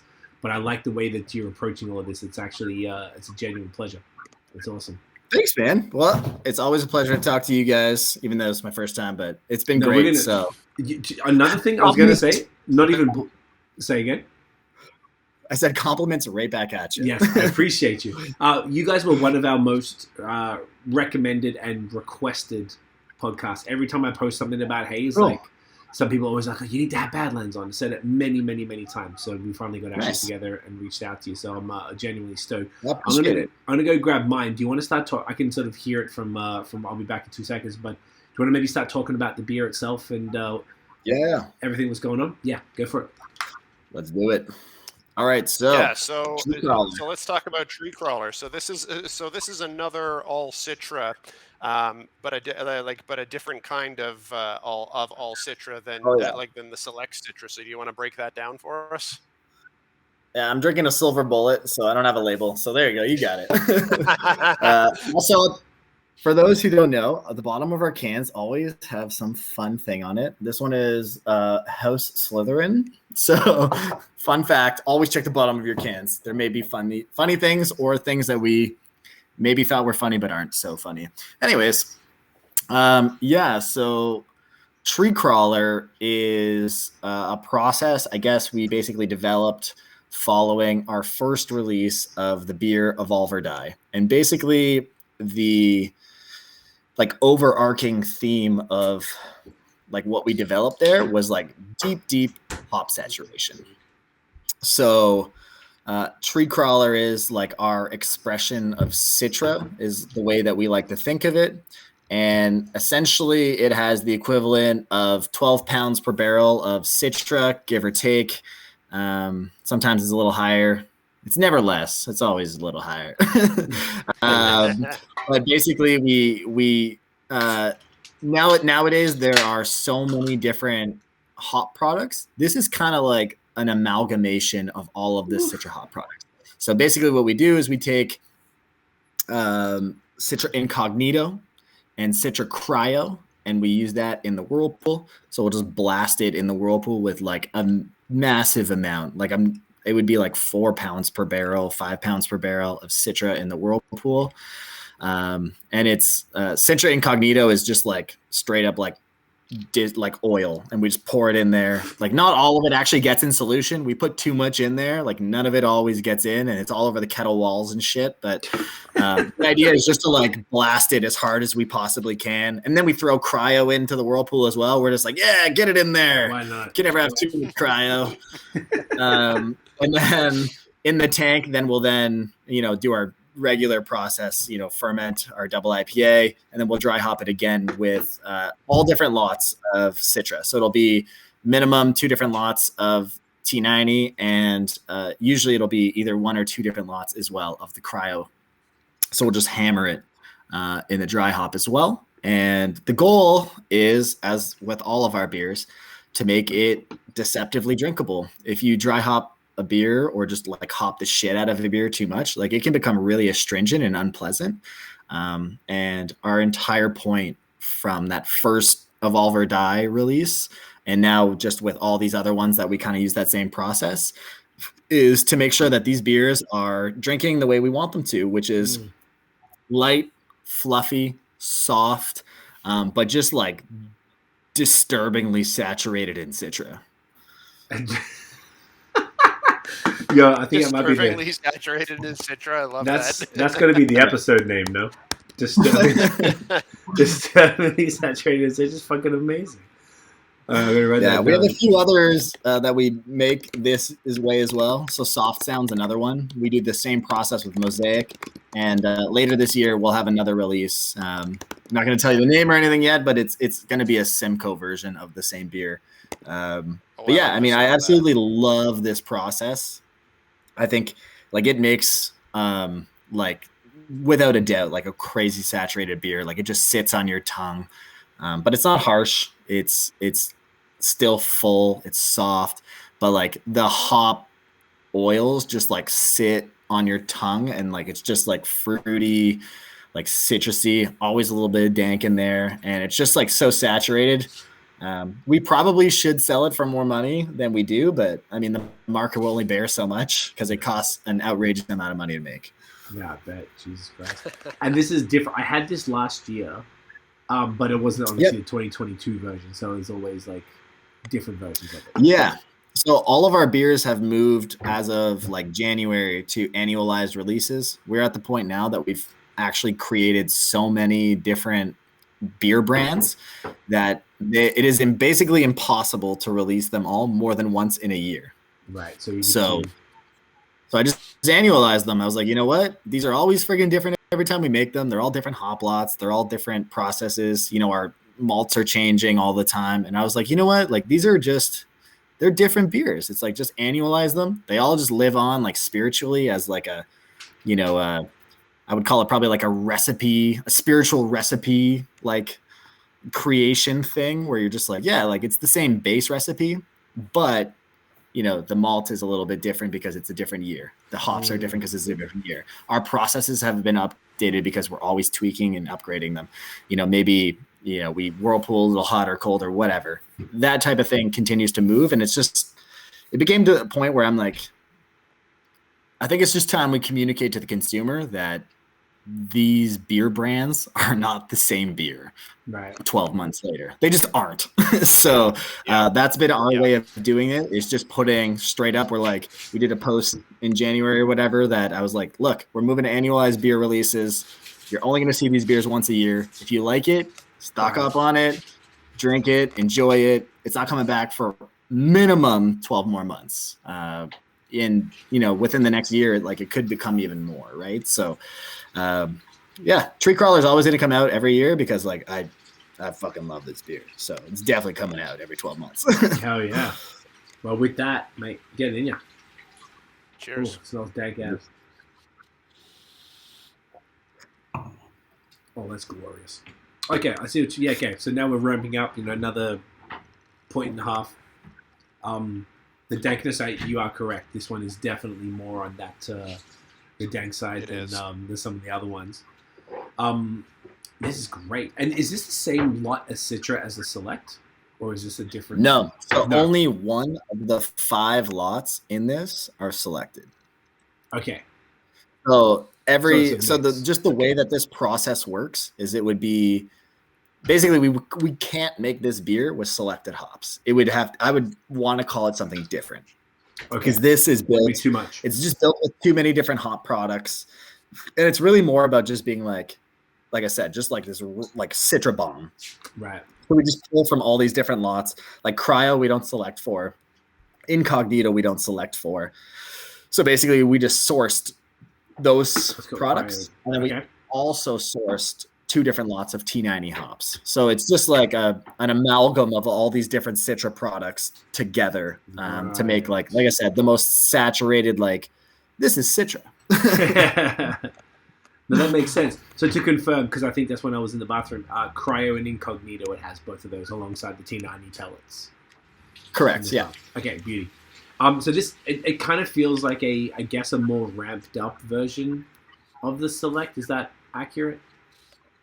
Yeah, I mean, it's got like, I guess it would be probably like 60% more hops. Like most of our beers have 7-ish pounds per barrel, give or take. And this is like 12, give or take. Okay. And then, yeah, definitely a ramped up version. And I mean, all of our doubles are like any double, I guess. Like we try and make our doubles drink a little bit like more drinkable than maybe other people may want them to. Whereas we make our single IPAs still drinkable, but we want them to drink like fuller than maybe you would expect a 6.5 to drink. Yeah. So we're always trying to make like our lower ABV stuff drink a little bit bigger while staying on the lower end. And we're trying to make our higher ABV stuff drink way more drinkable than it should be. Yeah, this is dangerous. It's really dangerous. Yeah, it's concerning sometimes when I drink them. I like have to like really control my pouring amounts. But I mean, the truth is like there's no time I ever want to struggle through a beer. And yeah, that's just how I feel. And you know what? I feel you. It's one of those things where you feel it later. You're like, oh, why am I so rat shit? Why am I so fucked up? Or the next day you wake up like, oh, because you're not tasting it as you're going. And it's sort of, it's such a pleasure. Because I had that double IPA before I went to bed for some reason. Or 2 of them. I topped it up with a DIPA because I wanted one while I was on my pillow getting ready to sleep. You know the vibes. It must be. I know. Sometimes you're just in the right zone and you're like, I gotta have beers. Yep. Yep. Yeah, you know how this happens. It's dangerous. So you guys, I imagine you guys have done triple IPAs from time to time? Yeah, so we don't brew a lot of them. Generally, another thing that like a lot of people don't maybe know about me that haven't spoken to me much, I'm not like a high ABV guy. Okay. I really am not. I'm a volume drinker. Don't be wrong. I literally love like high ABV stuff.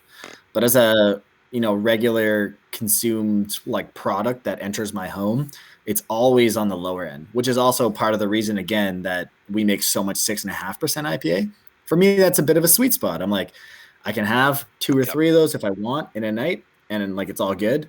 But it's not quite a double. And like sometimes I'm like, I must have a double, which is why I also like to make them. But like I said, we release about 4-to-1 single IPA, what we do double IPA, not in terms of brand, but volume wise. Like we release way more single IPA than we do double.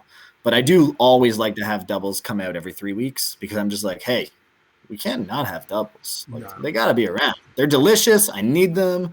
They are hands down, like my favorite display of hops. The reason we don't make that many triples, to kind of circle back to your initial question, is because I don't find that they display hops as well as doubles.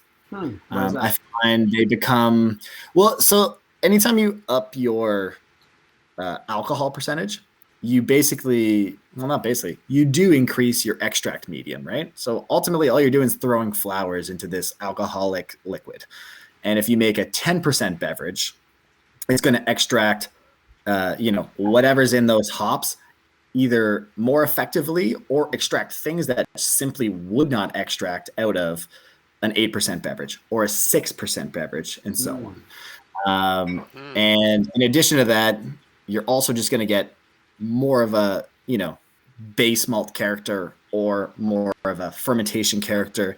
You're just going to get like more of a lot of things. And for me, like 8 kind of hits a better zone than triples. Not that I dislike triples. I actually also, once again, find them really delicious. But I typically find them less distinct. Like one of the things that I hope people notice about our beers is that all of them taste different. Like they're just not like a homogeneous flavor. Like you can identify hops in our beers, and like that's always been a really big deal for me. And we have made changes in our process to make sure that that's more the case.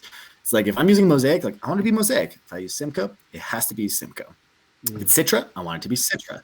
I don't want to be like using whatever like smorgasbord of hops and then being like, yeah, they all just taste like fermentation character. And it's like, that can be delicious, but it's just not how I want my entire lineup to taste. So generally we actually like err on the side of like a more neutral starting base. And then we let the hops do basically as much work as we can through our process. And for me, that's just a preferential thing. And when you do it in a triple IPA, even with our process, it doesn't work as good. So I just do it less. I feel that. I'm aligned 100%. I'm definitely more of a lower ABV dude. I'm appreciating triples more lately, to be honest. But if I'm having a triple, how many more beers can I have though? Like that's it. You bring, and you're having 3 in 1. That's what I'm saying. And then you can. I don't want to drain anything. I always try to avoid that, particularly if you can shell out the money for a triple. Like I prefer not to. So it's sort of like I always find that a struggle to find the right time to have one, and then I end up letting them sit too long. But one good thing is that they do last a little bit longer than the average beer, probably because of the ABV. So they can sort of like hold up 2-3 months. Sure. I kept getting pushed to the back of the fridge. Like, oh fuck, I forgot about this. I haven't even really break it out. I'm like, oh, it's good. So it's interesting. They're more of a shareable, They're absolutely better to share, or even better if they're being put out in short cans is my preference. For sure. Like the thing that I've found with triple IPAs is that and I think with Cee, one of the reasons that you're starting to get into them a bit more is that I feel like people are finding better ways to brew them. If you look back 3 or 4 years, I feel like most triple IPAs, no matter how much hop flavor you were getting out of them, you were always going to get kind of a boozy mess a lot of the time. Sure. and it doesn't quite have the benefit of the like of a barley wine of having like a more substantial malt backbone to like to be able to support that like that level of booziness when it's it was sometimes really just tasting like, you know, you might get a bit of tropical fruit flavor up front, but then you're getting nothing but booze burn on the back end, like, and kind of nothing to balance or support it. But I feel like like people have been finding better ways to make a triple IPA that works a little bit better, something that can have a bit better of a malt body to support it, or even a way to better express the hop character, like kind of as you were describing there, Troy. But all of that said, I think that, like you say, a double IPA is really the sweet spot for for expressing hop character for sure. Yeah, it's absolutely, yeah. Like I just can't see a better zone to just be like, this is hops. These are these hops. Yeah. Enjoy it. Like the body's like right on. The alcohol sweetness is right there. Just it seems to just extract like the best out of most hops at the double IPA range. If not all, like damn, like it's a nice extraction medium at 8% for whatever reason. Yeah, which is why like we will only release 2 triple IPAs a year at Christmas and our anniversary. That's it. The only triples we're doing. I love that. I think that's fair. And Nate, you said before about making them in short cans. I couldn't agree more with like higher ABV beers in short cans. I just think that it's something that maybe it's picking up a little bit. It's just more like, you know, you get even a 500, like you got what, the 330, the 500, and like the 750, like 750 of a 10% beer, which is probably like a stout or something. Like, I don't know, no one really wants that much. It's a definite sharer, and in the last 2 years, it's been more difficult to share beer. And then 500 mil, yeah, you could deal with it. But if I had like a 330 of a triple or a pastry stout or something like that, I think I'd be more inclined, and I feel like that would be something that a lot of people would be interested in because you got to get through them more. Yeah. Oh, no question. Yeah, right. With that, from our side, packaging that way is harder. Oh well, yes, I imagine it probably is. Particularly, you know, obviously you got the 473s, so you'd have to have a different, you know, recalibrate the whole thing to be able to package the. Exactly. Yeah. Yeah, you gotta have different cans, and then you also have to have a canning line capable of adjusting. You have to change your labels, which means the cost of labels goes up, because if you print them all the same size, even if they're different brands, they give you like basically a discount on them. So every piece of it is a little bit harder and more expensive to do at a different format size. Gotcha. Which is why most people are like, this is the consumer's problem. You figure it out. It's not us, bro. We don't have to sell it for as much. Just like you figure it out, all right? It's so good. Oh, you're just going to get drunker, I guess. It is what it is. Yeah. With that said... sorry to interrupt you there, Cee. Like as we're talking about formats here, this is kind of a good segue. Because if we look back a couple of years, because I think you guys started canning in 2020, right? Yeah. So when we moved to the big system, we started canning. Okay. Right, because I remember before that, like you guys were doing bottles for everything, yes. And if I go back a good few years, something interesting with you, like with your distro that I remember seeing at the time, thinking this was it was a little unusual in the craft scene. And you can fill in some of the spots on this if you were also distroing out of house at the time. But I remember that you had 2 brands in the beer store. You had Distorted Reality and and Through the Glass that you were selling in bottles in the beer store, which was which not a lot of very small outfits like yourself were doing at the time. So how did that come about as a strategy early on? Good question. Yeah, I mean, it's not as good a story as I would like it to be. So I will tell it though. Basically, even circling back to like how hard it is to open a brewery on a farm, we were able to get our brewery, like the production piece, approved before we were able to get the front of house piece approved. Okay. So we were open, like we were brewing June 2017. We didn't open on site for on-site bottle purchases until May 2019.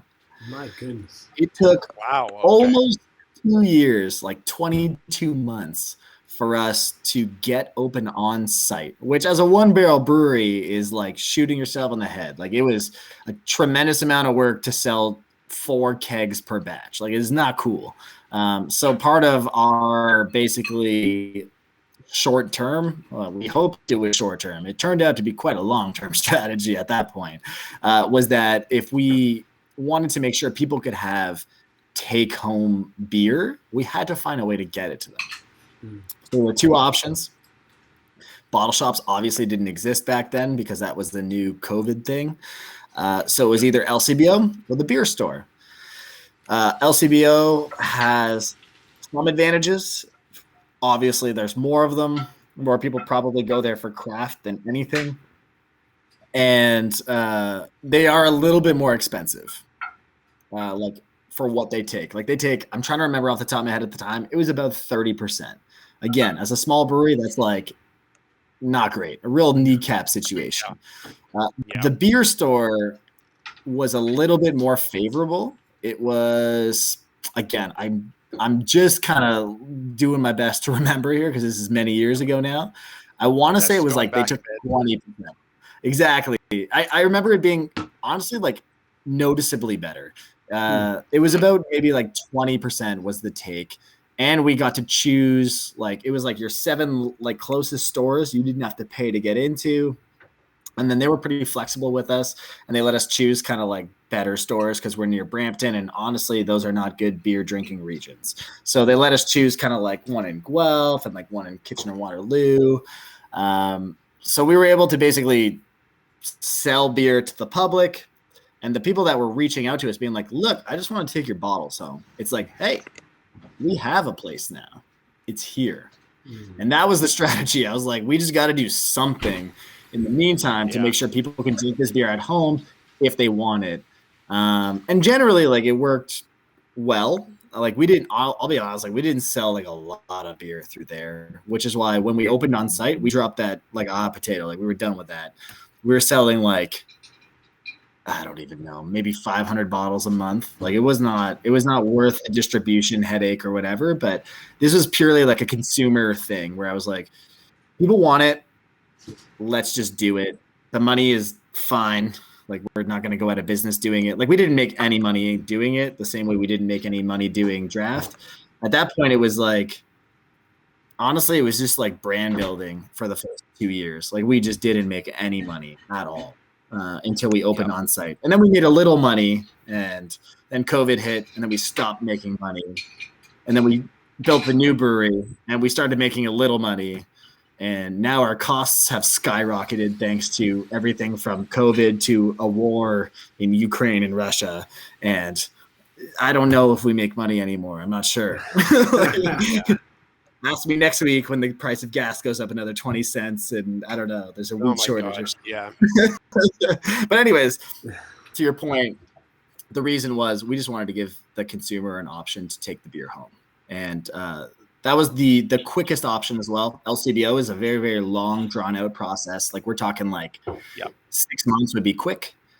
We got into the beer store in 30 days. It was like, this approval process on site is going to take some time.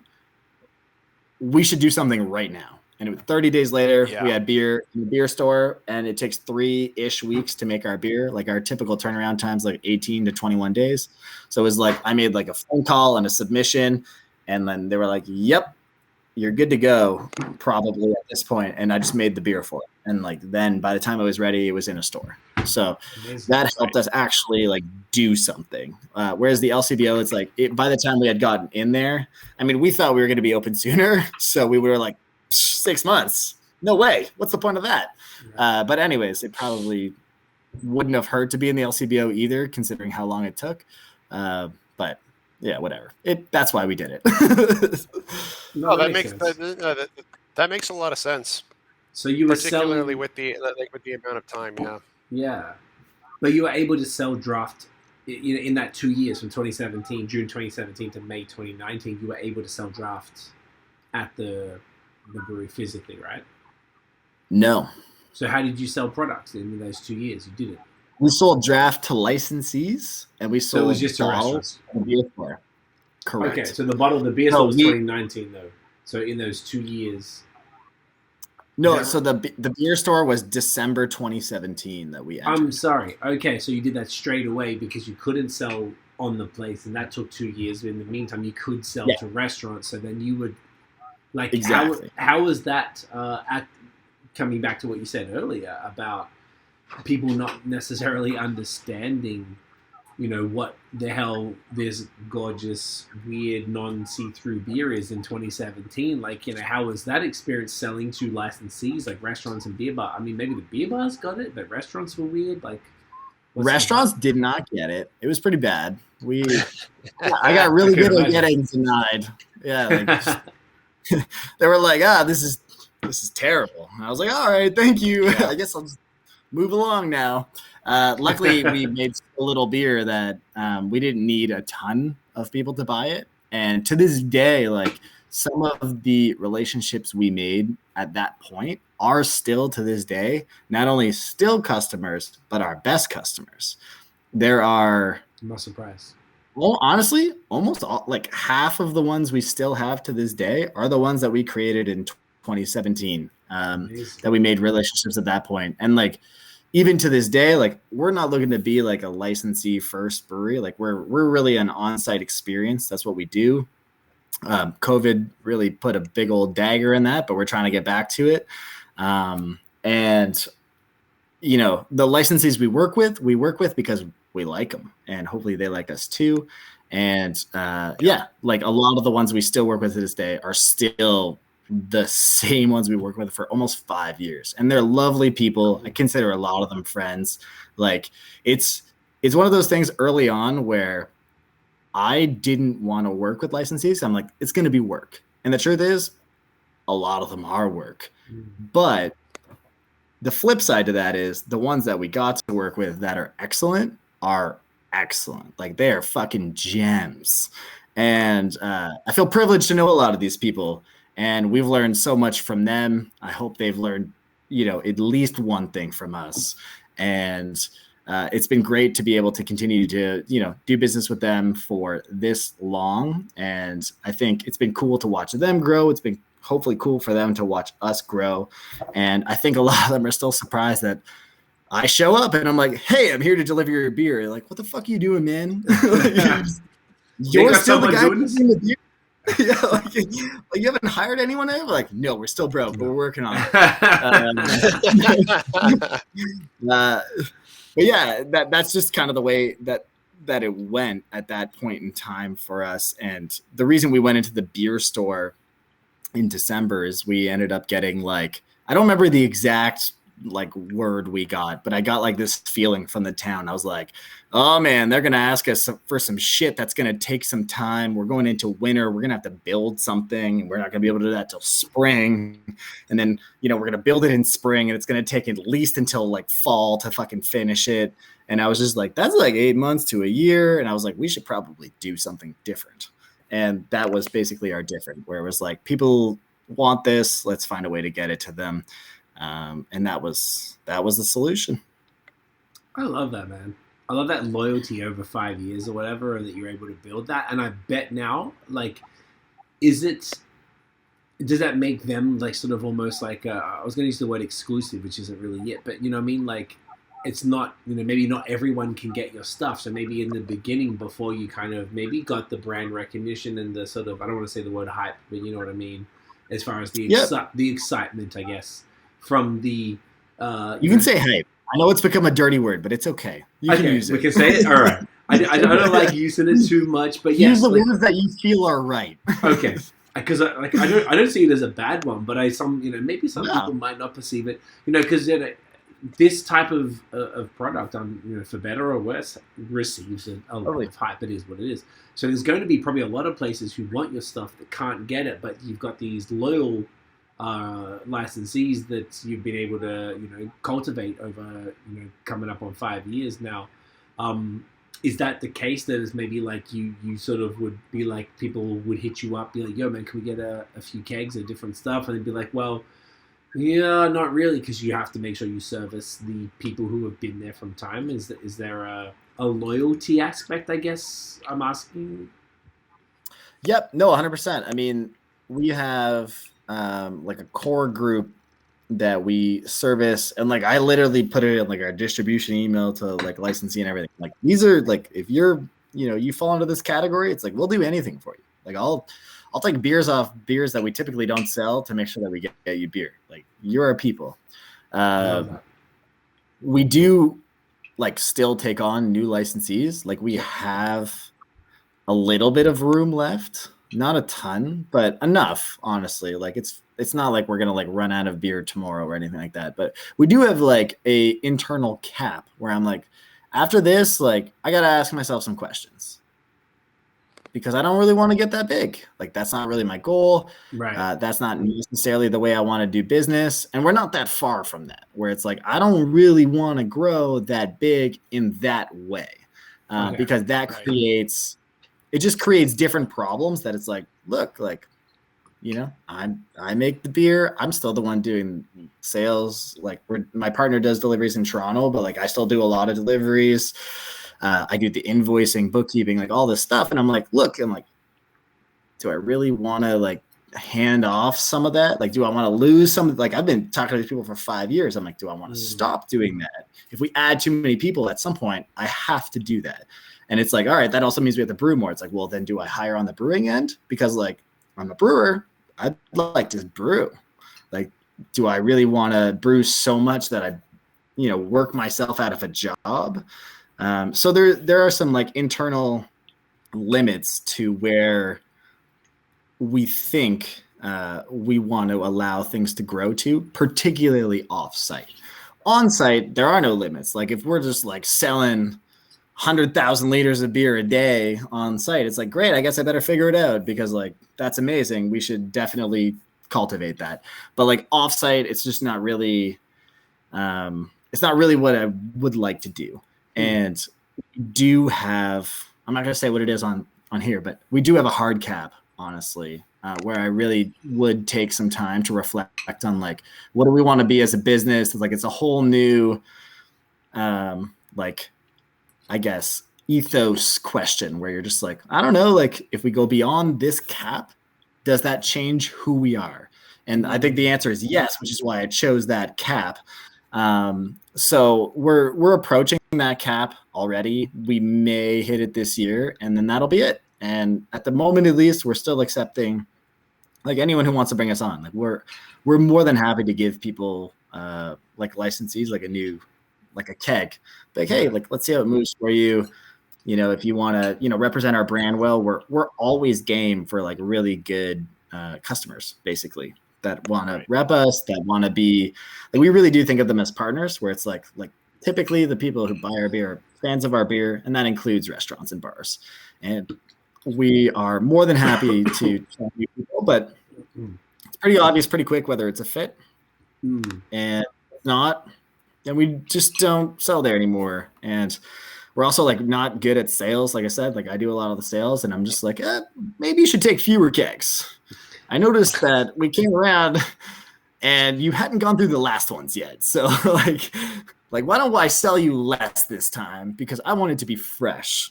And not every place wants that. Like some places are more concerned about just always having beer available from a certain place and always filling a tap. And like, to be honest, our goal is obviously never to have our tap be empty if people give us a permanent tap.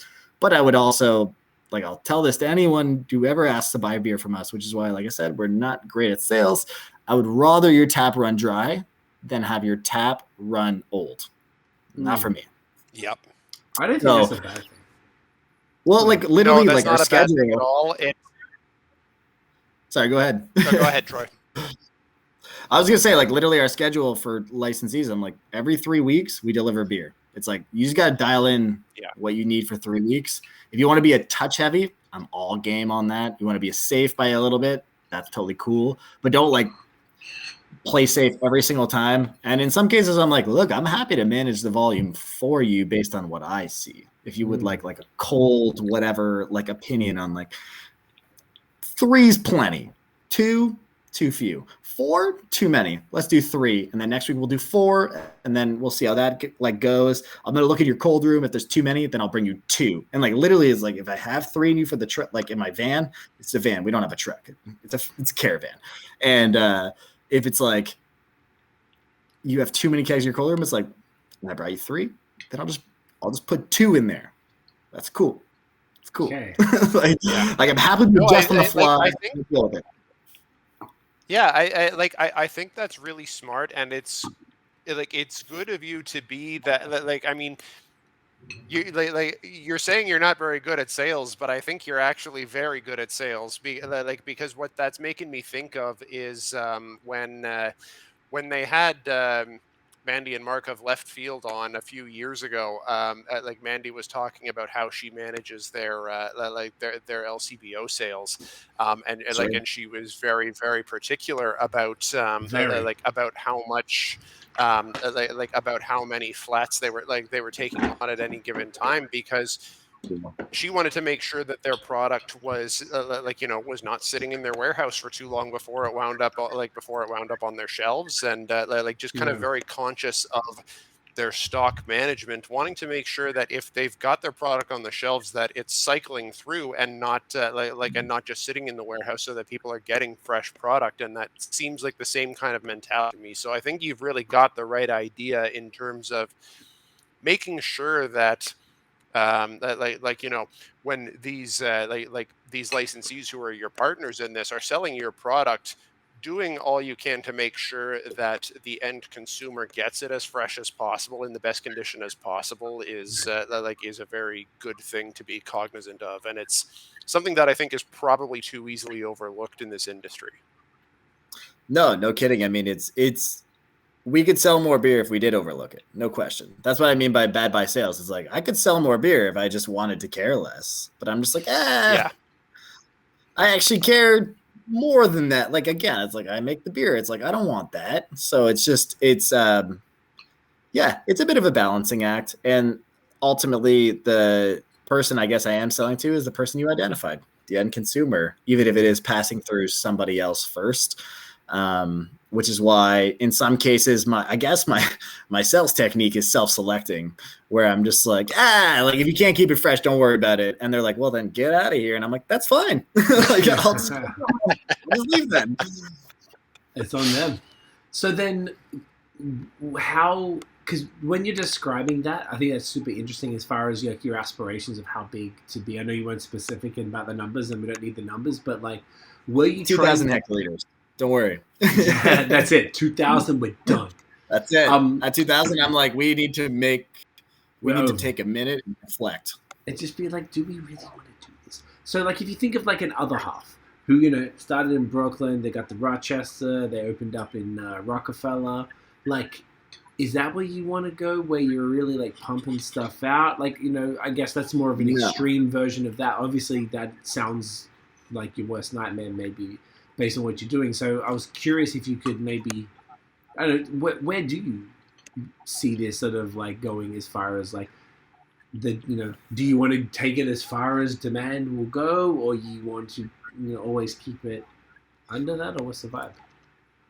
I mean, it's a multifaceted question that is hard to answer. But I mean, the one thing I can say is we're halfway to as big as I ever thought we would get ever. So, if we get too much, that's what I mean. So we're about 1,000 hectoliters ish production wise last year. This year we'll probably do a little bit more than that. How much? I don't know. It's only March. We were shut down for January. It wasn't a good month. So how big we get this year is hard to say, but I don't think 2,000 hectoliters is too far away. And that's what I know I am capable of doing, because I brew the beer, I sell the beer.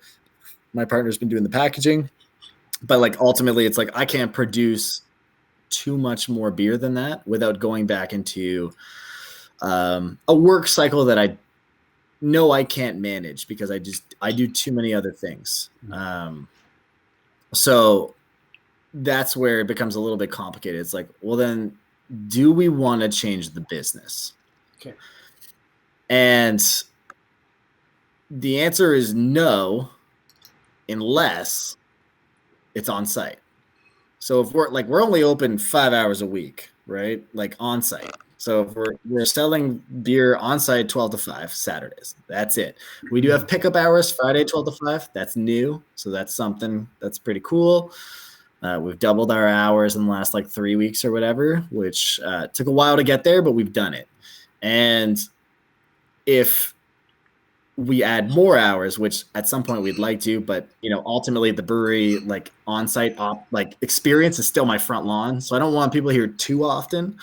But that's fair. Privacy's cool. Privacy's cool, man. 12 to 5 and get the fuck out. Yeah. That's right. It's like, everyone leave, please.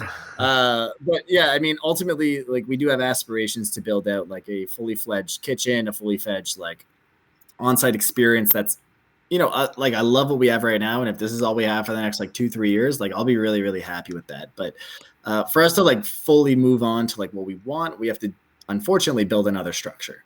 And I'm kind of getting tired of building structures. I can see but that. This would be the last one. Yeah. No Trust more me, structures. We're 3 structures in, like 4 is a lot. I don't know if I want to do any more than 4. But yeah, we do need it. And that would be probably the way that we actually get to, and like, to be honest, like we'll probably do it at some point, unless like we just, I don't know, don't have the money to do it or whatever. And we don't right now, but I expect somehow we will. We've made it happen every time so far. But we do need to build another one. And if we do that, then we'll open more hours. We'll have a fully fledged like food program. At some point we do intend to start doing, like a little bit more stuff, right? So like we have a new building going up, like I was alluding to earlier. So we'll be making mostly barrel-aged stuff in there. So it'll be, barrel-aged stouts, some barley wine. There's going to be a lot of mixed fermentation stuff going on in there. We're also going to have like basically fruit and wine production in there as well. Love it. So it's just going to be like a mixed fermentation thing. And that'll kind of like offload like our production, I guess, like bottlenecks of our current space. And then after that, we just have to take a look at like what the front of house looks like and then decide. And then depending on what we decide there, if we decide to open more hours, we're going to need more beer.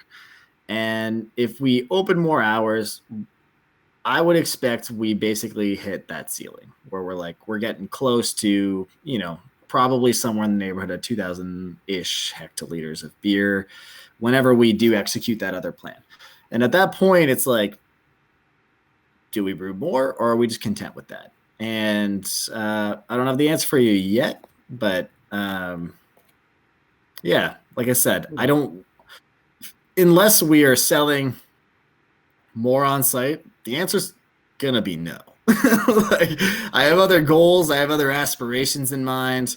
I love brewing. I don't want to spend all my time brewing. Part of the, to circle back even to a little bit what we were talking to before about making unique beer, I spend a lot of time on other agricultural stuff. Like we are a farm. So, I've been hoping to be able to start growing some barley here. We're working on, malting barley, growing hops, things of that nature. Cool. We do have cows for sure. And like we do have cows on site. So we now are currently a burger stand with our kitchen. We're hoping to expand the food program soon, but we want to put those cows through our own kitchen, our own basically grass-fed, grass-finished beef that we're also been basically hot feed from our barley leftovers that we feed to them. We already do it, so it's really just part of the process. And ultimately, I'd love to be able to open our own malting facility to malt all of our own grains and grow all of our own grains, malt all of our own grains. We'll never be able to do all of our own, hops. That's just not ever going to be a thing. But what I'd love to be able to do is grow some amount and use them for, specifically like estate ales and stuff like that. And if we grow too big, those will never happen.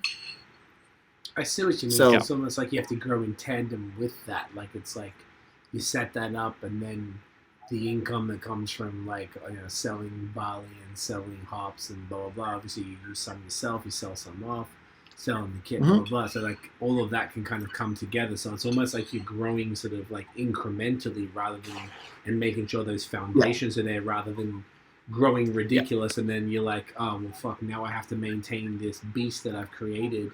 And I can't service these other interests. I completely understand that. 100%.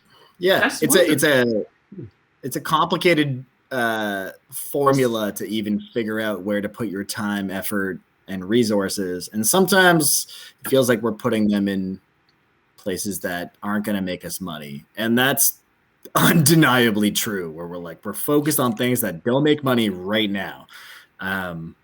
Maybe they will later. At worst, I hope they don't cost money. That's it.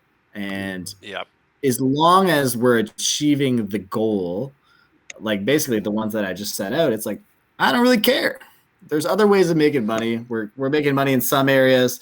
As long as we're feeding in to the money-making piece without costing us money, but at least breaking even, then to me, that's worth it. But the problem is, about growing too big is if we grow too much bigger, it just means like there's training, there's staff, there's people involved, and then my attention to these other things is never going to be there. And it's always important to remember it's like I also have a wife and a kid, a second kid on the way, and like I also spend time with them. I didn't used to because I didn't have kids, but like I do need some time off periodically. And, they're deserving of my attention too. And they haven't really had as much as they should of my time. And we grow too big. There will come a day where, like today we're still too busy. I'm not happy with the amount of time I spend with my family. I think it should be more. And I think like we'll get there soon where I can spend more time with my, family.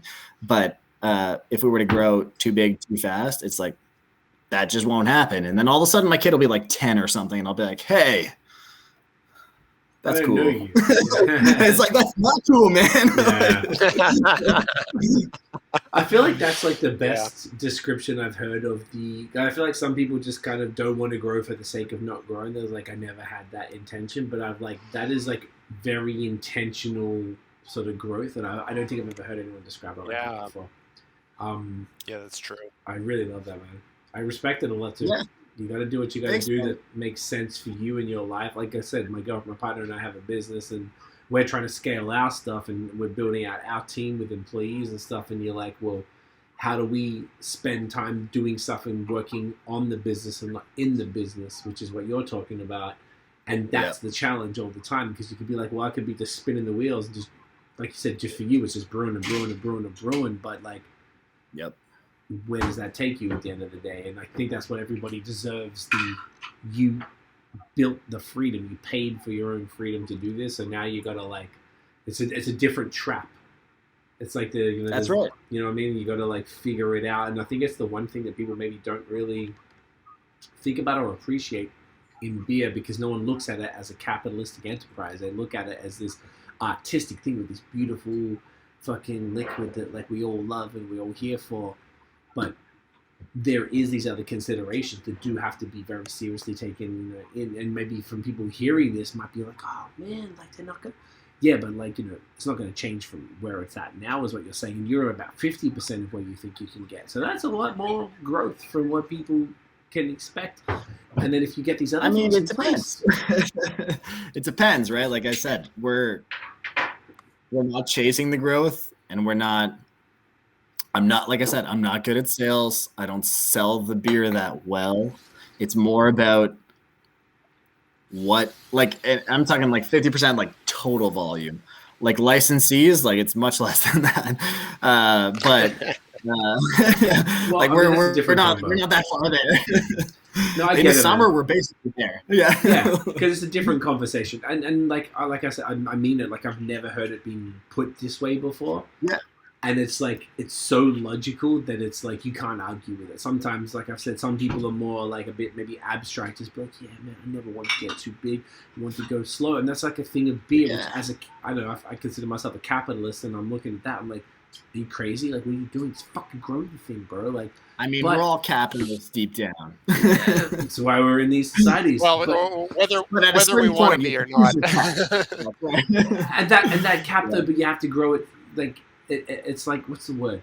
Consciously. You got to consciously grow it to where you need to be. And I haven't heard it expressed like that before. And I'm like, even the capitalist in me has no pushback. I'm like, yeah, man, I get it. Just do it that way, because you're like, I'm glad to hear that. because you could grow this beer out, but you're like, you know what? Let's just keep this chill, and then we've got this, and this. The cows, the barley, the hops. We're gonna grow these motherfuckers over here. We'll get them up, and then we can reinvest that into here, and then put. It's this whole like puzzle that maybe people don't see the vision for, because they're looking at the glass at the end of the day. That maybe people who aren't thinking of it like that. So this is actually quite enlightening for me to hear you say this. I really appreciate it. And I can tell Nate's fucking with that too. Like, it's dope, bro. I like it. No, I'm glad to hear that we can do that. I mean, I've always said, and then when I mean always said, just to other people that have randomly asked, it's, if we had opened a brewery in a different place at a different time, I don't think I would have the same answer. Like if I open like an industrial brewery in an industrial park, it's like, yeah, man, like I guess this is a capitalist enterprise. Grow. But like literally I live at the brewery. Like it's not like, this is like, we are intrinsically tied to the product, period. The experience, everything. Like I'm not joking when I say my front lawn is the bottle shop and beer garden. Like that's true. My backyard is the brewery. My other backyard is the barnyard. My like further backyard is where we grow things. Like I live where everything happens. My family lives here.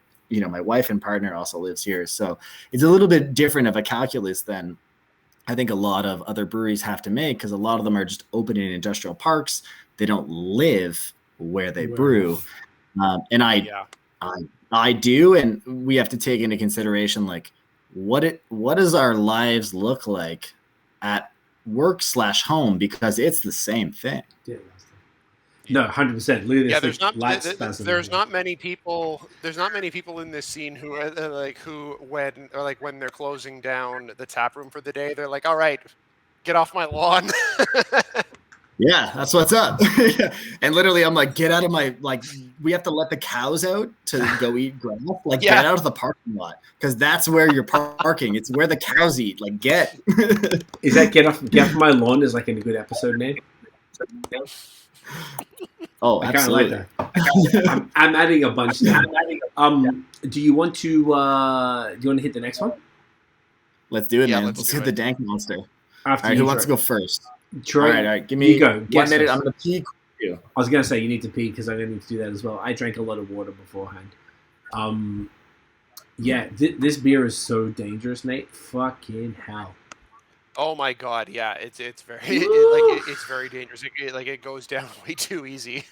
Man, I am so impressed with all of these beers. Like, tell me about it. This is just disgusting. I'm just so impressed. I just feel like we've last week with Willowbold, well, would have been 2 episodes ago for people listening, and then here and the next week with Barncat. I just feel like we're super fortunate to speak to some of the best of the bests at what they do, and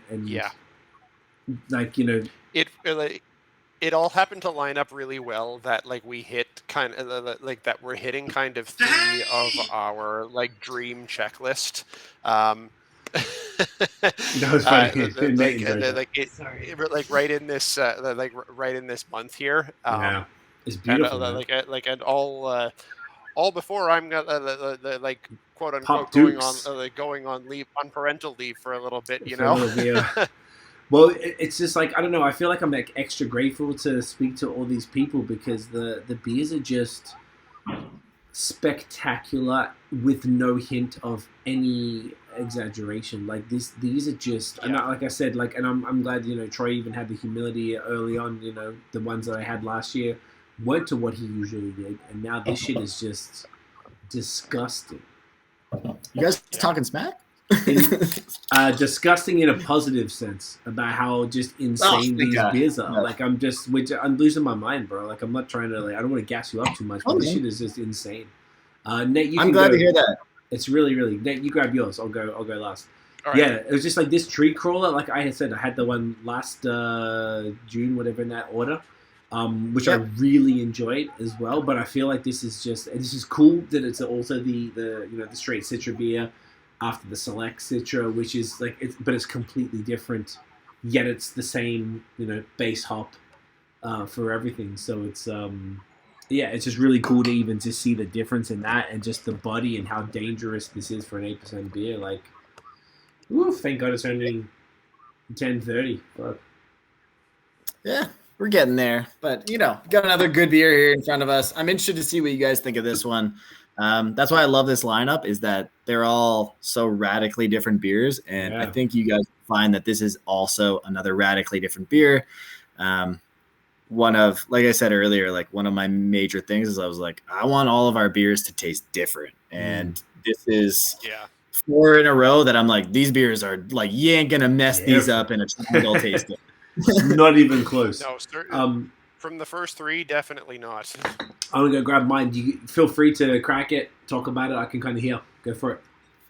All right, Nathan, hit me. What do you got to ask? All right. So, do you want to break down the hop profile on this one? Because these are all Southern Hemisphere ones. That's the focus of this one, right? Yeah. So Nelson, Motueka, Enigma, Vic Secret. And then I whirlpooled it with, I'd have to look at my notes, but definitely there's Columbus. I want to say Idaho 7 as well. I'm pretty sure. Okay. I chose 2 other dank ass hops for the whirlpool. Right. Yeah. I mean, the intent of it is just this big Southern Hemisphere dry hopped, dank double IPA. And I don't think there's any question that that's what it tastes like. It's unabashedly. You're speaking my language, man. Oh, sweet. Yeah, it's unabashedly You're speaking my language. That's what I'm about. So, do you want to talk a little bit about what the monthly DIPA series is about? Yeah. So, I mean, the monthly double IPA series is, in a lot of ways, kind of the same as Dora or Mingle to us, in that I need options to scratch creative itches. And the double IPA series is basically our double IPA, how do I scratch this creative itch I have about making a beer? Right. Dora is exploratory in process and more back end ingredients that are less sexy for a lot of people. But Dora is invaluable. Cannot stress enough how important Dora has been to our beer production.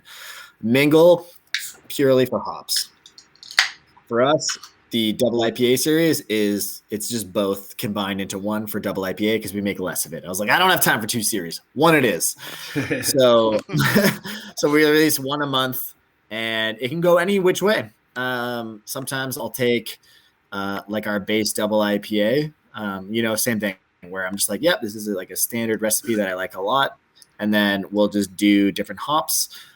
Other times we'll do a radically different, back end process and see what comes out of it. The key to sexy that is. The series is that it is never the same. These are true one-offs. It's destined to never be made again.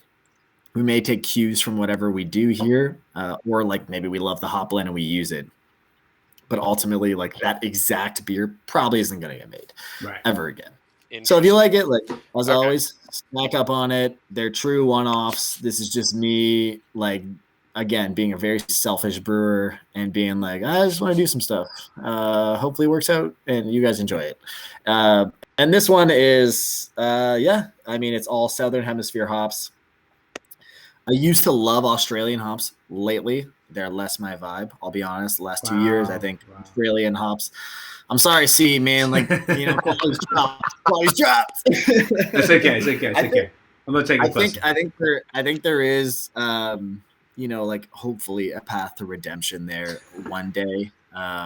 What happened? Like, you know what? Like, I have a lot of like anecdotal, fucking hypotheses that I have zero support for any of them, other than,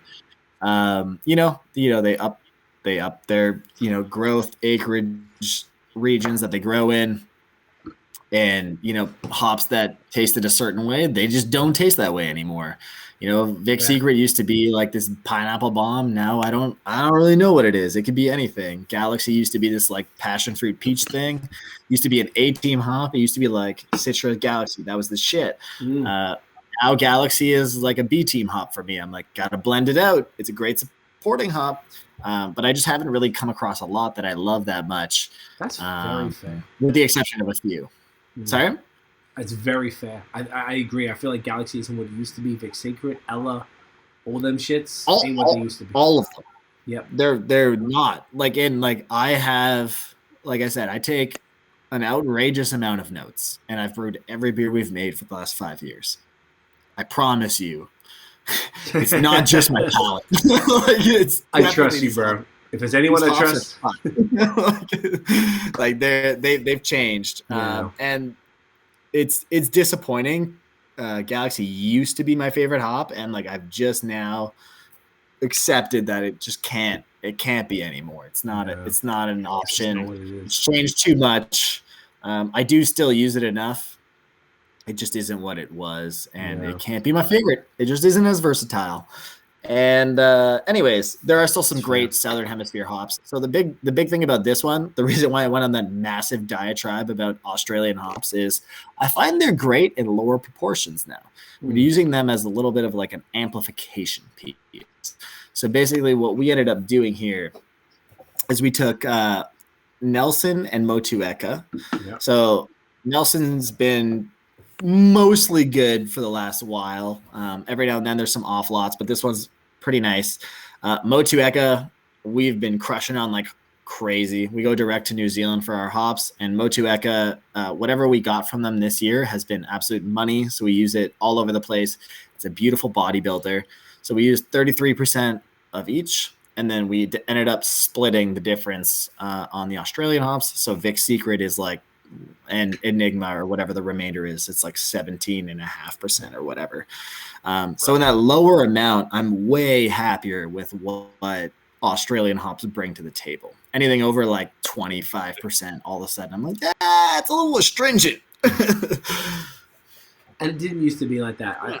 I'm really glad you mentioned it, to be honest. Like, I wasn't joking. Obviously, I haven't lived in Australia in quite a long time, but it's funny because Galaxy and all these different hops were just so like the ones, and every time I've had them, I kind of noted no one. This is the very first time I've heard anybody in any professional capacity say what you just said, and it resonated so strongly. No one said it, bro. Nate, have you let me talk some more shit. I'm happy to do it. I'm so frustrated with Australian hops. Let's fucking go. I'm not offended. I want, we obviously all want the best for these hops because we all love them. Yeah. But if they're not delivering what they need to be. Yeah. I mean, I didn't know that other people hadn't been thinking, that's interesting. Thank you for enlightening me. You're back. I thought maybe, I don't know. Maybe I just thought everyone knew, and we're all just like, whatever, the marketing power of Galaxy. But I don't know. I definitely don't think everyone knew. This is this is a completely fresh perspective on this. Interesting. All right. Yeah. Anyways, Australian hops have been horrible for 2 years. Like, they've been an absolute nightmare to work with. The astringency has gone up. We've even done some like lab testing on finished beers where we can see like not positive material difference in the water profile from I shouldn't say water profile, finished beer profile of the way that the mineral breakdown occurs, which is not good, which is why we use them in smaller proportions, and they seem to work better. I'll be honest, again, no idea why that's the case. It could be any number of things, but I know that at least in the brewing world, I'm not the only one who feels this way. I've talked to other people about it. I know someone, I think it was Hill Farmstead last year or some shit, gave Hop Products Australia a hard time about not allowing Galaxy selections. So apparently the way that all Australian hops work is the way that I was saying that, like, after Yakima is done with Citra, for example, they just make a master blend. For Australia, they just make a master blend. Like, that's it. You get a master blend of, like, whatever. Like, they make like a few blends. Like, you choose from these blends of Galaxy. So you never even have the option to potentially get like a banging lot of Galaxy because it was blended out with whatever was around. And I'm not saying that's good or bad. Maybe they're all bad. I don't know. But like, chances are that's not true. And there's like definitely some good rows or good acres or whatever of Galaxy. And like, I think as a whole, I don't think, like, I know in the industry, I'm not the only one who's noticed this about Australian hops. They used to be my favorite growing region. It's not anymore. Like I said, like, it's just not. I struggle to work with Australian hops and be happy with them, which is why I've made this compromise here. And I'm like, nice. So if I hide them, they're killer, right. Which is depressing because I used to be like, oh man, we've had to literally remove beers from our lineup that were like, these are all Aussie hops, like banging, like it used to be some of my favorites, and like we've basically pulled them from the lineup, and that's just how it is. Because I'm like, I literally can't make these beers good. I've tried everything, I just can't do it, and they're fine. They're not bad, but like these are not the beers that we built originally because the hops have changed so dramatically. We just can't make them properly anymore. And like straight up, it's like if that's how they tasted when I designed them, I would not have kept them, period. So at that point, you're like, retire that beer. We'll reassess later. And really fascinating. Yeah, I think that's probably it. I think it's probably just a case of blending. Yeah, that's really fascinating. And I'm thinking back to a couple of beers over the last couple of years that I've had that were Galaxy focused, and thinking about the fact that like they really didn't pop the way that I generally expect Galaxy focused beers to pop. And I was writing off the beers themselves, but like with this in mind, like that could put a whole different perspective on this, and that's kind of blowing my mind a little bit. Yeah, and I mean, for a brewery like us, like I was saying earlier, like we focus on, for better or worse, hop like distinctiveness. Like we live and die by the quality of the hops we receive. We don't do much to mess with them. Like we are really displaying like, this is the hop, like it's unabashed. It's like, that's probably, again, like it's probably a little bit part of the reason why we get a little bit more dank. It's like, we are not biotransforming our hops.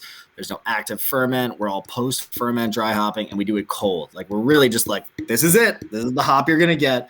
Our yeast profile, pretty neutral. Here you go. So when the hops are not great, like we fucking notice. And, you know, it can be problematic. When the hops are great, like we also fucking notice. So it's a bit of a, you know, give and take for the way that our process works. When we can source amazing ingredients, like I think that's the best way to display them. When we can't source good ingredients, we should change our process to hide them, but then it's also not a Badlands beer. So I'd rather just not make it. I completely respect that, and I like that you found a way to utilize those hops. Maybe you've got on contract, you've got them sitting around. You're like, well, now I can't make Galaxy the star of the show, but I can absolutely make him a team player in the mix. Shame, man. I am trying to make a Galaxy beer next week, though. So I think I think I found a good lot of Galaxy. So stay tuned. I am bullish and willing to try. Have you heard, though? I love that you're doing that. Have you heard, the same thoughts from other brewers? You know, of your. To me, I guess I'm curious of your ilk, meaning Third Moon Yep. and the like. Blah, blah, Yeah, blah, like so. I'm not alone in saying these things. Okay. Maybe I'm definitely more vocal about it. Like I bring it up a lot, but I'm with it, bro. if you were to like translate the way people think about the way they're using their hops when you speak to them, a lot of people are struggling with Australian hops. There's no question about it. So interesting. I've spent a lot of time thinking about it and reviewing notes and like doing research. I've even contacted HPA and they're like, shut up, you idiot. They're fine. They didn't say that, but like I've just asked, I'm like, what's different? What's going on? And on paper, everything looks fine is the other thing. That's why I think it does come down to, the same way that brewing comes down to a piece of art and science, the agricultural piece of anything comes down to a little bit of art, a little bit of science. You can put a lot of metrics to what hops are in terms of like oils, the way they break down in terms of alpha acids, cohumulone, whatever, linalool, all those good things. But they don't tell the whole story. Sometimes you need to smell a hop to know what it's like. And other times, even if you smell a hop, that's great. It's not going to taste great either. It's a very complicated like art and science piece as well. And I don't know exactly what's going on, obviously, in Australia. Never been there, never selected hops there. Don't know those people at all. Don't want to talk too much shit, throw too much shade. All I can say is what they're doing is not up to par with what they were originally doing. And it's an extreme bummer because like I said, it used to like unquestionably be my favorite. I was so fucking bullish on Vic Secret for the longest time. And like Vic Secret's kind of like another like Sabra one where like, people are like, I don't love it. And I'm like, no, you're wrong. Vic Secret's amazing. And now I'm like, never mind, you're right. Yeah, like the last 2 years, I'm like, Vic Secret sucks. It's not that good anymore. It's a real bummer. like it can be used totally. It can, like it's in this beer. It works. But like if you're like, I'm gonna do a Vic Secret bomb, it's like, nah, man, just leave it. Don't do that. It's so crazy. When I was there last in 2019, I guess, because I try and go back before the pandemic, I was trying to go back as much as possible, like once a year or whatever. And I noticed that they would just like throwing all of these hops that we paid out the ass for up here, just in their beers like it was nothing. And like a boom, boom, boom, like Galaxy, Vic Secret, Ella, Enigma, Topaz, all that bullshit. It's like flying it out there. And I imagine they would have paid a fraction of what North Americans would pay for the same product. So I'd be very curious. I might even just tap a couple of the homies out there, just be like, "Yo, like, what's the vibes?"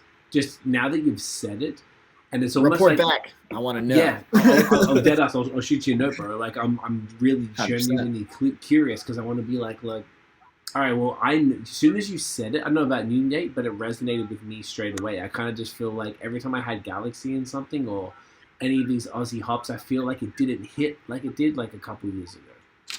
I don't. Oh, no question, man. There goes my camera. Hang on, let me add you guys back in again. I'll let let me move him back. The battery. There we go. That's okay. We out here. Beauty. The one thing I will say about Southern Hemisphere hops, though, is that New Zealand hops continue to be fantastic. So they're taking the place. I gotta give them props. Oh man, like, New Zealand hops are like sensational. Like we use a shit ton of them, and I love them. Like they're great, and I hope they continue to be that way. I don't know what happened in Australia, but Southern Hemisphere, it's like New Zealand, bam, like that's they're the ones now. The benchmark, yeah, and there's so many of them. Kiwis take over. Yeah, man. Like I feel like there's they're more. All good. Is there more Kiwi hops than Aussie? Because I feel like the Aussie hops had a solid 4 to 6 that were like A1, but I feel like New Zealand has like more 8 A1 12. New Zealand. Yes, exactly. Yeah, like right. If you were to go like what hops are either excellent to really good in New Zealand, I'd be like Nelson's an obvious choice. Rawaka is fucking awesome. And I'm really sorry I didn't send you anything over Rawaka because we brew shit ton of stuff with Rawaka. So expensive, but I love it. Motueka has been great for a while. Underrated, Mootri. Like no one really brews with it, but it's like it's this random ass hop that everyone kind of forgot about because they probably didn't market it well, but it's great. The new one, Nectaron, is literally like as good a hop as I've used anywhere. Is it a game changer? No, it's not like a Sabro level of like flavor changer, but it's sensational. Like it's a great hop.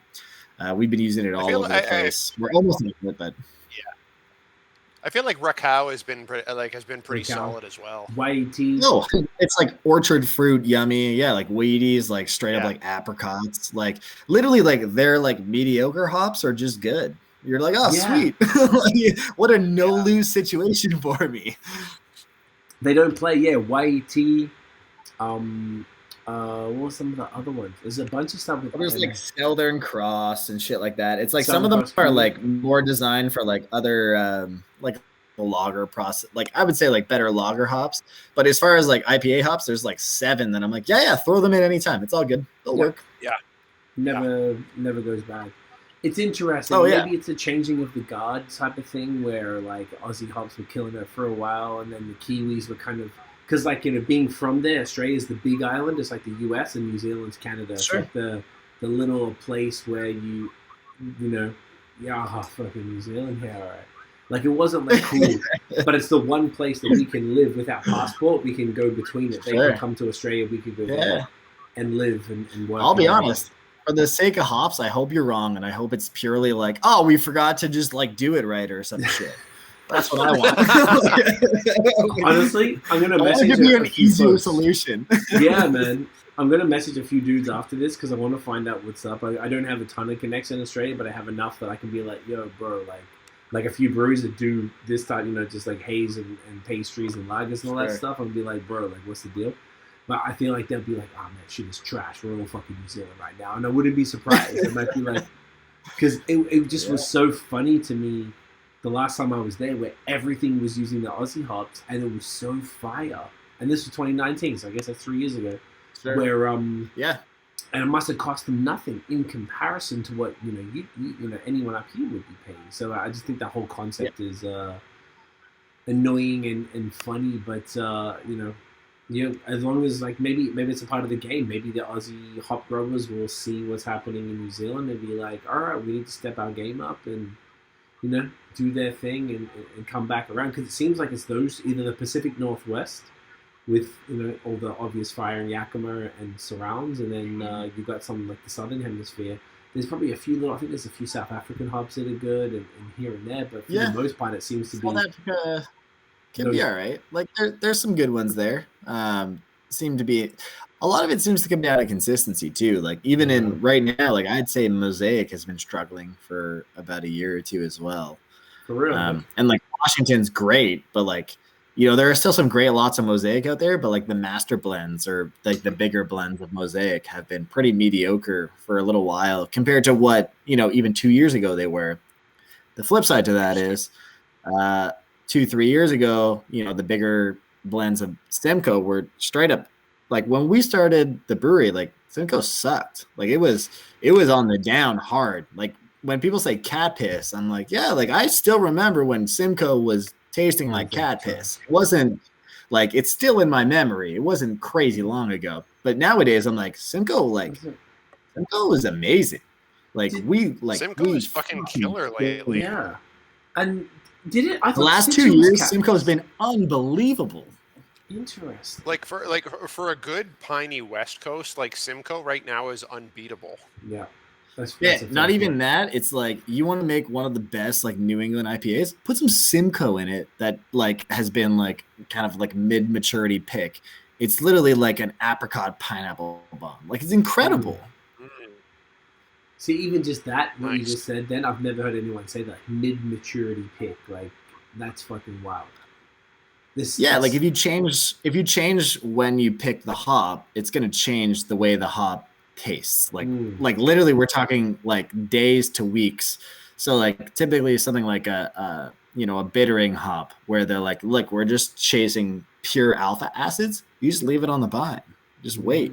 Like leave it there as long as like, oh shit, it's gonna be too long. All right, now you pick it, and like the alpha acid content will go up. Whereas if you're chasing aromas, like there is like you got to know when to pick it. Basically, it's like what aroma are you chasing, when do I need to harvest this? And like, if I have too many acres of it, I won't be able to harvest it all. So it's like, I can only grow this many if I want to achieve this profile, hopefully, as long as the climate is also in agreement with me. It's a bit of like a, this is fascinating. It's hard. I could listen to you talk about hops all night. Yeah, I feel like you're. I feel like you should work for. Like I said, I do like IPA. I promise. Like, I'm very fascinated with hops. I like other styles too, but hops are cool. Dude, it's actually really fascinating when you really like. It's like you're getting down to like hop science as far as like there's so many intricate details of things I've never. And we've had hop farmers from Yakima on the podcast. I don't recall even speaking to them about like when to pick and stuff. Like, this is. Well, there you go. I mean, hopefully I've given you some new questions to ask if you ever have them on again, where sometimes you just don't even know where to direct them. It's like, hey, hop farmer guy, when do you like to pick Equinaut? Yeah, talk to me about it. And they'll be like, oh, Equinaut, that's my favorite hop. Let me tell you. I think that's the next vibe. Okay, so there's two things I really wanted to ask you as well, sort of like slightly off topic. One, have you ever done like pastry stouts and stuff? Because in the world that you're in, you know, a crispy haze and, like you said, a bit of farmhouse and kind of mixed firm, typically the other style that would come with that package from the kids these days is stouts. Have you done anything like that before? We've done some stouts, and now that you bring it up, I am very sorry for not sending you any, because we do have some out right now, and I do still have some that I could have sent you, so I apologize. But yes, we don't really do pastry stouts per se. Like, typically when I think of like pastry stouts, I think of people trying to emulate like pastries in the form of a beverage, and that's not really for me flavor profile I'm interested in. I love like fat ass barrel aged stouts. Like, I love them. Like, as a liqueur is the way I think of them. They're just like a beverage option that are just like delicious to sip on.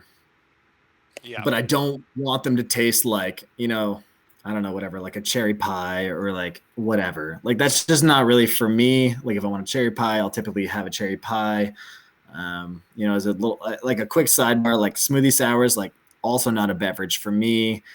A lot of the time I'd rather just make a cocktail. Like, it's just not like, I don't know. A lot of them are like in between beverages that I'm like, yeah, like I guess, but like, it's just not, I'm not going to make a beer that way. It's just not, you know, if we're going to go out of business, yeah, I'll make a beer that way, but like, I'm not going to do it if I have to, unless I have to. And like pastry stout is part of the same. I think you're going to be fine.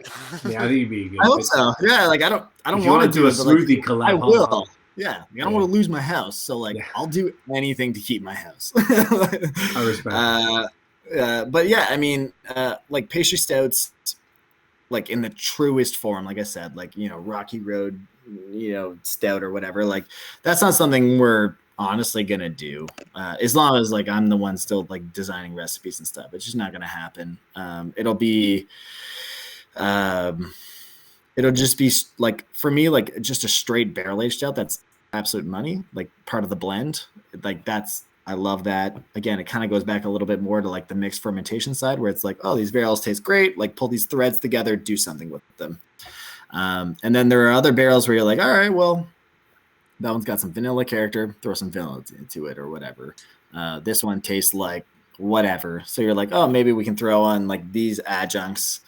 But it's more like an amplification piece rather than chasing like a pastry flavor, I guess. And you can totally call that a cop-out if you want, and I'd be okay with that level of criticism, because it's definitely true. It's like, if I use cinnamon and vanilla and like a marshmallow because that's what I taste, it's like, how different is that than a cake? And it's like, it's a good point. You're not wrong. But if that's what I taste in that barrel, it's like, I would be comfortable putting cinnamon and vanilla. I probably wouldn't do marshmallow just because I don't feel like dealing with marshmallows. But like, it really depends on what we're working with. I'm really not allergic to like using a wide variety of adjuncts. It's more, like I said, when it comes to being like, man, I love this dessert, I want to make that in a liquid form. For me, I'm like, that's just not something I'm attracted to as a brewer. It's always the other way around, where I taste the liquid and I'm like, what are we doing here? Rather than like I taste a dessert and I'm like, how do I make a liquid be here? That's not for me. I respect that. That's great. I'm glad you guys do that. So like barreling, I didn't realize it was like a barrel aging situation then. Like that was mostly what you're focusing on with stouts. Yeah, I mean, if it was up to me and not the level of time and consumer demand for stouts, I would only release barrel aged stouts. And soon, I'm hoping that will become the reality. Love it. Once we have that new building up, give it like 1 to 2 years. So like let's call it 2025. We're totally gonna be there. Then yeah, we probably won't release any stainless stouts, honestly. Pretty much like when it comes to like big stouts, I'm like, you know what? Like I like barrel, I like time, I love oxidation in stouts. Like, give me that. When it comes to lower ABV stuff, I'd rather go with the porter angle. And that's typically where we go. Yeah. So if it's going to be under like 6%, it's like, you know what, like just make it a porter. Does it need an adjunct? Maybe. But it'll be simple. It'll be like, like a vanilla or whatever. Or maybe like a vanilla coconut and then like just a porter. But like I would prefer to go porter smaller, keep the like roasted grain out of it. For me, that's the only distinction between stout and porter really is like, is it roasted barley or not? And when it comes to stout, I'm like, fuck it. You know what I like in stout? Big, fucking sugary, like barrel aged stouts. Like that's what I want when I'm like, I want a stout. And when I want a porter, I'm like, I want to lower in the alcohol range again, like in that 6 or lower. So, yep, I would expect to see that by 2025. We'll get there eventually. I'll be looking forward to that. Yeah. Yo, I feel that. Everything's a long, slow process. And patience, guys, patience. Yeah, those. That's what I mean. I try and tell everyone, I'm like, just wait. I'm sorry. It's just I'm not that quick. Like, we'll it's gonna take some time. When it's here, I promise it'll be worth it. Isn't it though? Every fucking time. I hope so. I mean, like typically, if it's here, it's like I like it. So that's the level that we're playing on. I like it. Do you? I feel like the porters are like underrated. I feel like that's something that like I think so. Time. Yeah, I find like myself. I find like I'm craving a lower than 6% dark beer at the end of the session of having 3 other beers. I'm like, I need to switch it up. You have a crispy, cup of haze or something. I'm like, I would love a 5.5% porter. Even if it's like, you mentioned coconut and vanilla, which sounds amazing, but even if it's just money, just straight up and down, I'm like, I'm here for it. You got to have that regular porter. I feel like we're seeing less and less of them lately. I feel like porters were bigger maybe 4 or 5 years ago, but like in the last 1 or 2 years, there's been fewer and fewer of them. I feel it's a shame. Yeah, I think so. And like we used to make 2 to 3 a year before COVID, because we used to just serve them on draft, and I was like, I don't care, we'll just put them there.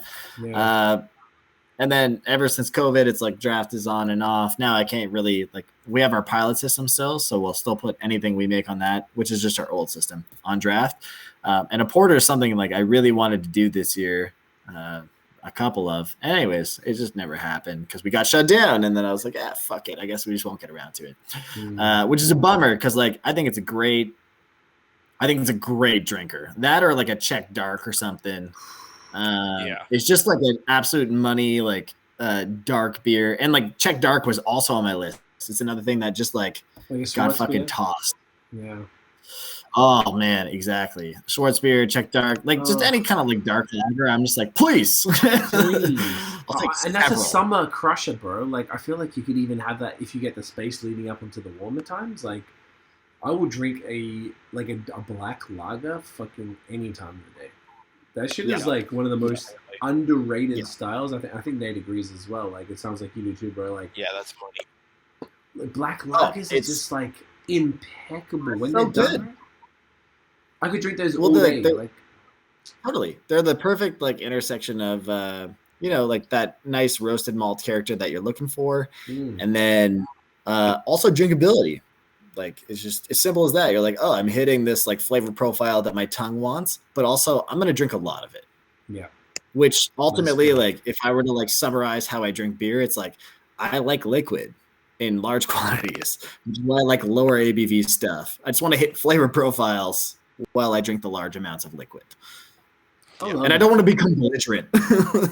You gotta like, pace it out. I'm seeing more value in that as I'm getting older. Like, I feel like I'm like, like I definitely appreciate that. I've seen other breweries. I got a good friend here at L'Espace Public, and he always loved the low ABV beers, and he was like, oh man, I'd rather have like 4% beers than like 8% beers. And I'm like, oh, that's a good point. And I agree with you. Yeah, I mean, like, 15 beers is pretty great. Well, keep going over time, and obviously, everything has its place as far as that. But yeah, I definitely would. I feel like it sounds like it's the black. Have you ever done a black lager before from you guys? No. We were hoping to release our first one. I guess it would have been like December or January before we got shut down again. Yeah. Is there time? Yeah. Bad We've done timing. pale lagers. Yeah. Is there time or space at this point, or probably it's a little tougher as it's coming into spring now? It'll be hard. Yeah. As we're going into like spring and summer, like time is at a premium. And like winter, we get lucky because we just can't build as much stuff or like work basically as much just because we get shut down by nature. Yeah. So like that's the time to get on the pilot system. Gotcha. But I mean, we're a little too busy for the next little bit here. So yeah, we're definitely not going to get it done. It's not going to happen. We're hopefully next year. Yeah, that's the thing. Like, we're building a building right now. We're upgrading some other stuff. We're still working out our like food program. So we're trying to expand that, we're running gas lines and shit right now. Like, there's just a lot going on. Yeah. A lot of things we haven't even spoken about that like we still do on the back end. And as much as I'd love to be able to be like, yes, also the guy who brews at Badlands is like thinking about a Czech dark lager. It's like, yeah, for January 2023 though. It's going to be a minute. We'll take it. Yeah. No, there's a lot of things in my brain that need attending to, unfortunately, before that. No, I respect that.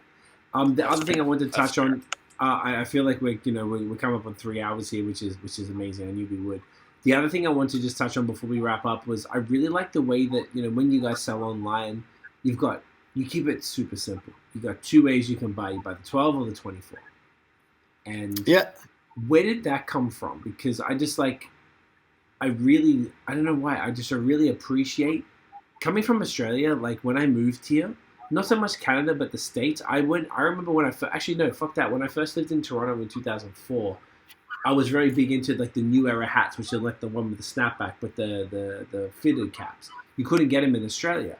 I remember going into a store in Toronto on Yonge Street. I walked in, and they had, and when I grew up, you had basketball jerseys. You had like Patrick Ewing, Michael Jordan, and Charles Barkley, and that was kind of it.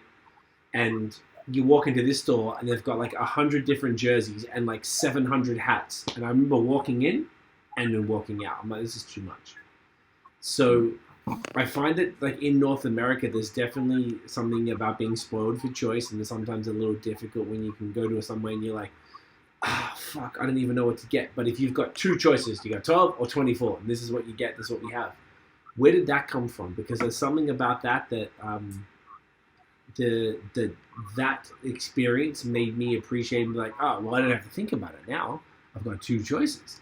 Do I want 12 or do I want 24? Boom. How many do I want? How many do I want? As opposed to, do I have to choose them all? No, let Badlands choose them for me. Like, what's the vibes with them, bro? Like, I really like that. I'll be honest. It's purely out of necessity. Okay. I wish.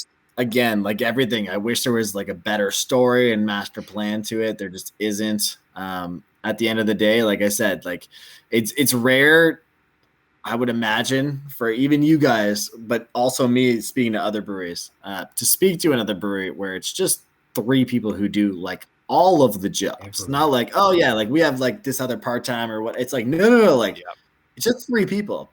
So like when you guys place an online order, like it's either me or my wife who packs it. Like that's it. That's what's up.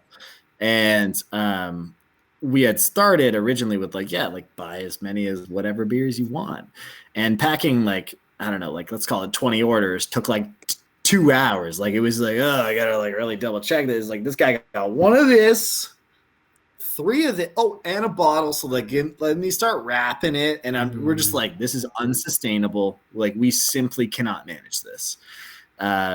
So we were just like, we need to standardize the packs. So we're just like, let's just make them the best possible packs available, essentially.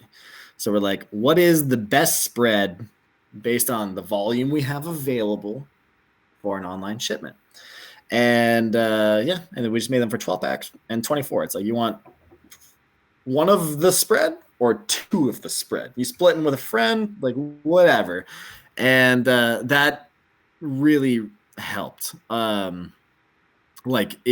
Pack orders a lot faster. Like there were like early on when we started doing like packing orders, like it took way too long. It's a lot better now because of standardizing packs and stuff like that. But I don't know. Maybe there's a day where we could go back to like having options. But also at the same time, I'm like, I truly believe the pack is the best option. So I'm like, I don't know. You should probably buy the pack. Yeah. No, honestly, the pack, the pack is really solid, and like I hadn't even thought about this way before, but as Cee was just saying, like it makes it super easy as a consumer, because it's true. It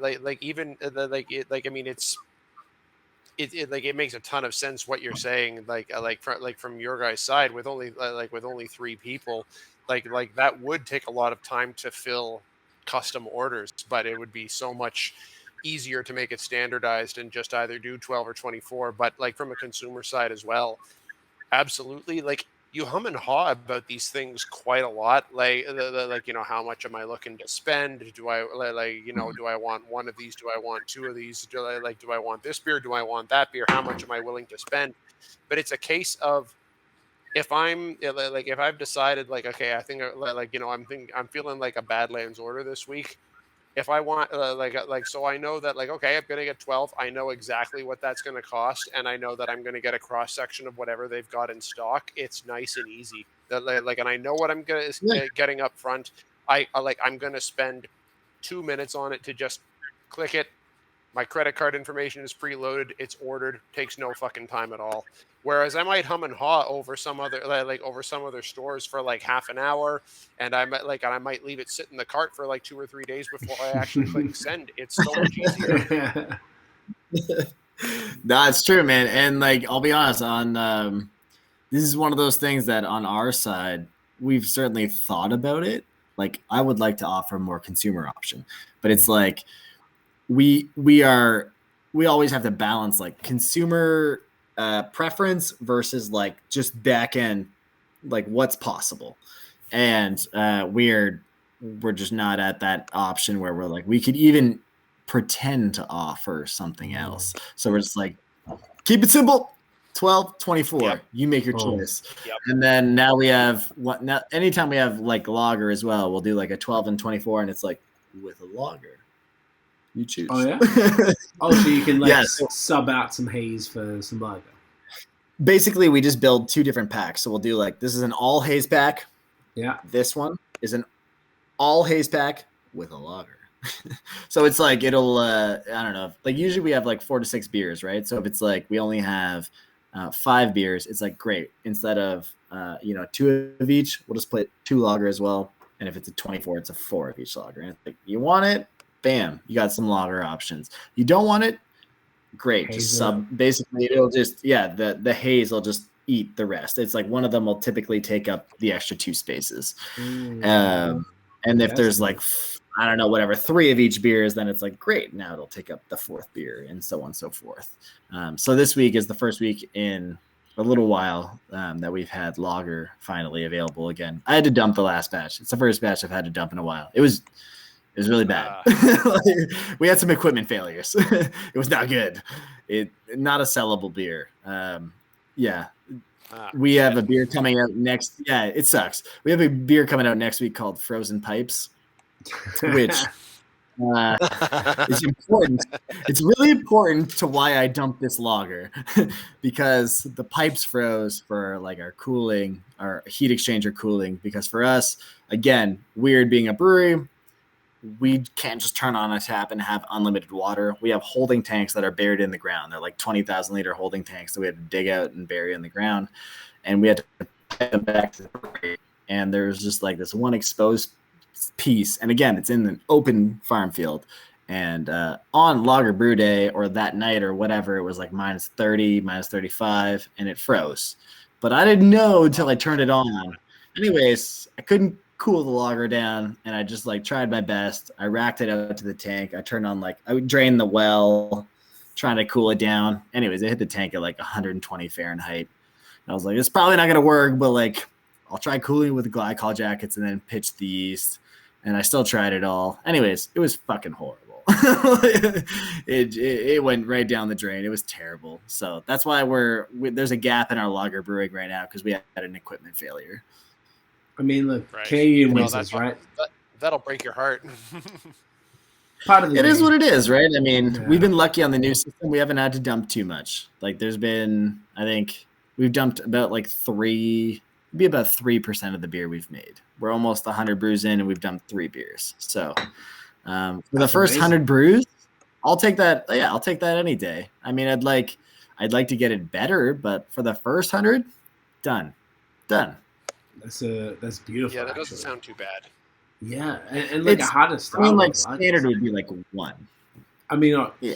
Well, you're only 2 brews away from 1, so that's what I was thinking. Not gonna take too much. So close. It's so close. If I didn't have equipment failures, it's like they're totally explainable. Easily. I mean, look, that's pretty sick. I'm particularly definitely the next 100. I hope will be better.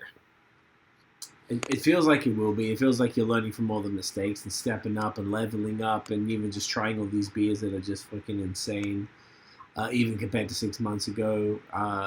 Man, it's just really beautiful to see. Like, it's just cool. I love to see this, like this level of quality at the scale. I guess is so cool, and like being 3 people running it. Like, I didn't realize it was that, which is even more impressive. And just, I don't know, man.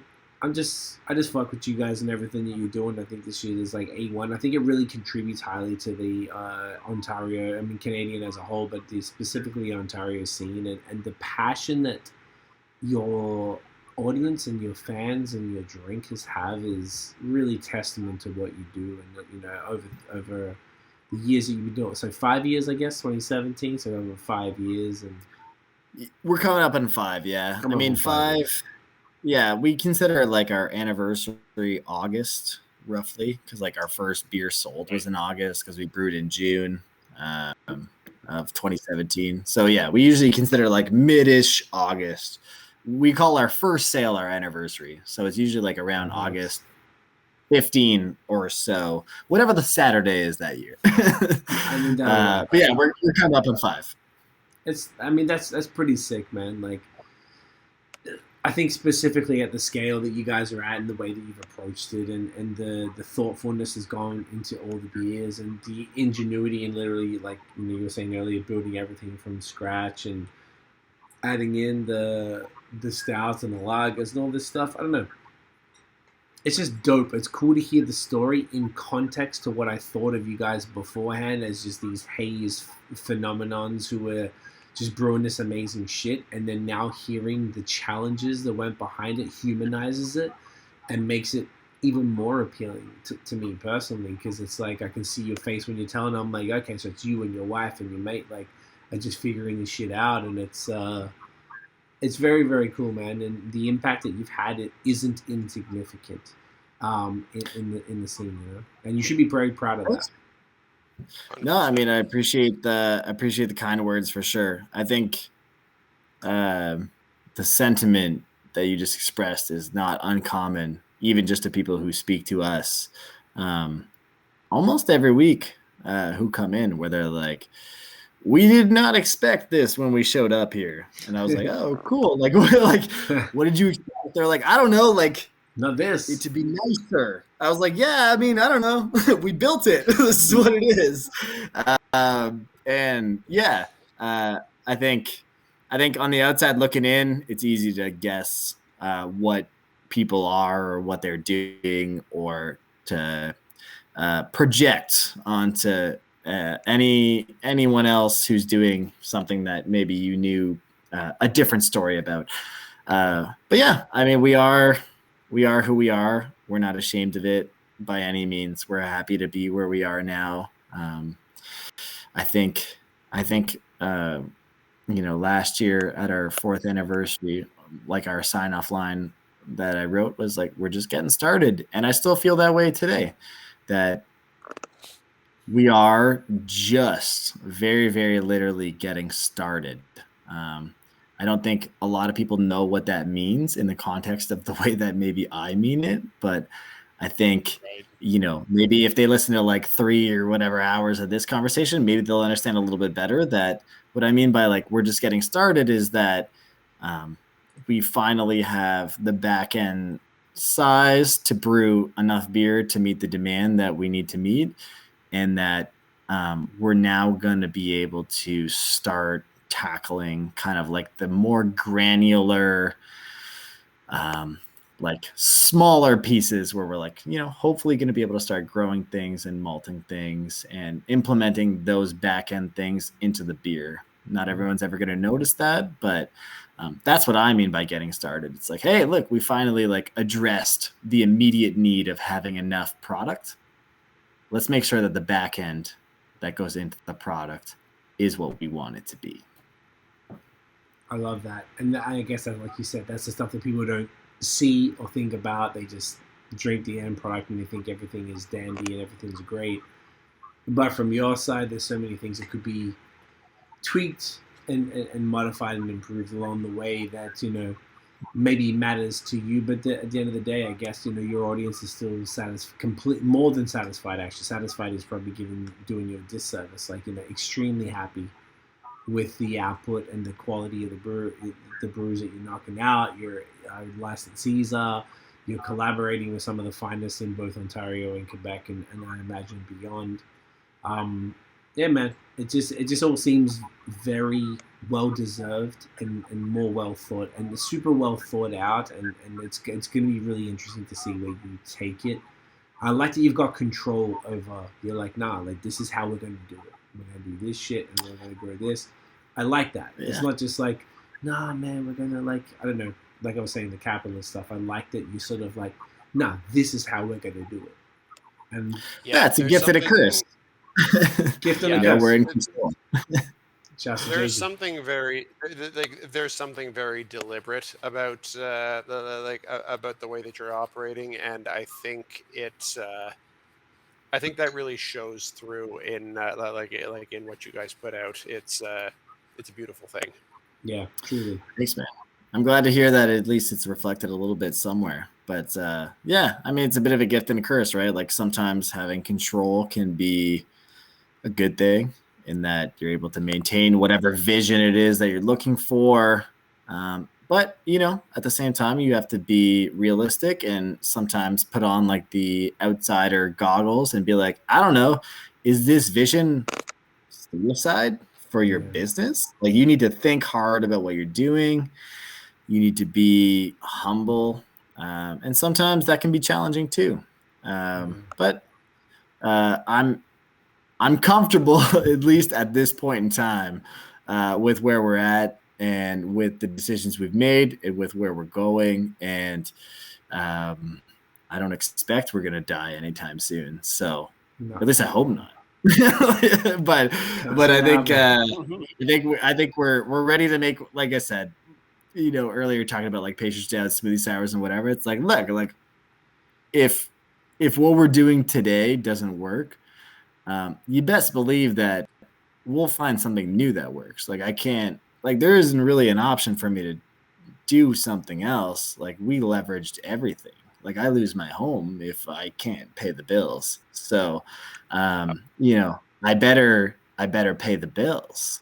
And if the only thing that's selling anymore is like, I don't know, like smoked Doppelbock and smoothie sours, it's like, I guess I'll be making double smoked Doppelbock smoothie sour. Let's go. It sounds disgusting, and I'll do it. And you know what? Like, we're kind of here for it. I better find a taste for it. That being said, it's like I'll still make some hazy IPAs on the side with some lagers and whatever. But all jokes aside, I genuinely don't think that day is ever going to come. Obviously, that style sounds disgusting, and it sounds and I think it sounds the worst. And I think that I don't want to make it. And I might consider losing my home first. But I do expect like IPA is going to stick around. I expect lager will stick around. And that's part of the reason that we keep making these decisions about like what scale do we want to be? Because, like, do we really want to make beverages we don't want to make? Or do we want to make sure that we're always servicing a market, however niche it is, so long as we can pay the bills? I would much rather play in that arena than any other where we're basically just trying to follow, whatever trend it is that maybe is or is not making money.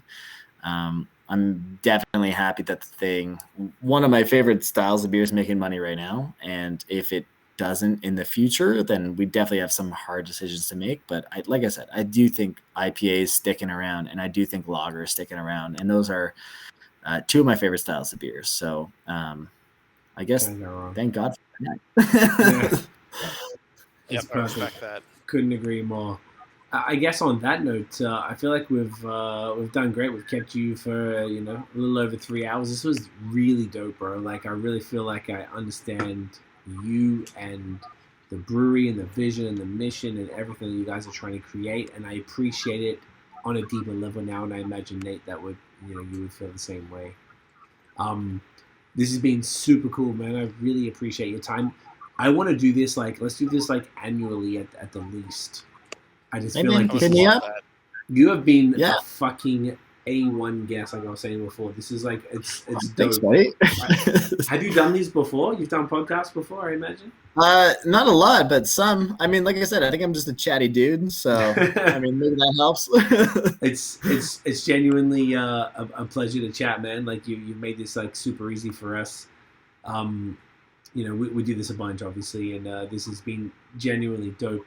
So just before we wrap up, I want to take the thumbnail for for YouTube. So I'm going to take a screenshot. Do you guys want to hold up some beers? I'm just going to take a screenshot of the screen here. What should I get? I think I can get these 3 for sure. I only have 2 labels. The rest are silver bullets for me. Oh, that's okay. That's all right. We got these ones here. All right, you all ready? There's a lot of low fills. Low fills are good. Honestly, Troy, it's been a genuine pleasure, man. Seriously, thank you very much for your time. Stick around after just for a second. We'll wrap it up, but we'll tie this up here for the recording. Where can everybody find Badlands Brewing online, bro? So we're at badlandsbrewing.ca. You can also find us on the usual social medias: Facebook, Instagram, Twitter. It will be some version of Badlands Brewing Co. or Badlands Brewing. I believe Instagram is Badlands Brewing. I believe Twitter is Badlands Brewing Co. and Facebook is Badlands Brewing. This is just the way we are. I wish we could get Badlands Brewing on Twitter, but we couldn't. But yeah, I know. Someone got there first, I guess. We'll take them out. Motherfuckers. Okay, beautiful. Nate, where can everyone find you online, sir? So everywhere on social, it's at NathanDoesBeer. You can find my blogs for BAOS at NathanDoesBeer.com. And you can find me occasionally here co-hosting BAOS podcast. Troy, thank you so much for coming on. This has really been an absolute pleasure. You're one of the most fun guests we've had that I've been co-hosting on. Easily. Thanks, man. I'm happy to be here. Glad you guys enjoyed it. Yeah, man, it's amazing. So yeah, stick around. We'll wrap it up off air. But everybody, thank you so much for watching and listening. I hope you learned a lot because I sure did. If you enjoyed the episode, mate, smash the thumbs up. Hit subscribe below, hit the notification bell so you know when the new drops. Follow us on social media at BAOS Podcast and check out the long form audio every Wednesday, 8 p.m. Eastern. We drop the new episodes, so check that out. Hit us on Spotify, Apple Podcasts, everywhere you get your audio, and hit us with that 5-star mate. That means you get to hear more fire. We will see you guys in the next episode. Get it in you.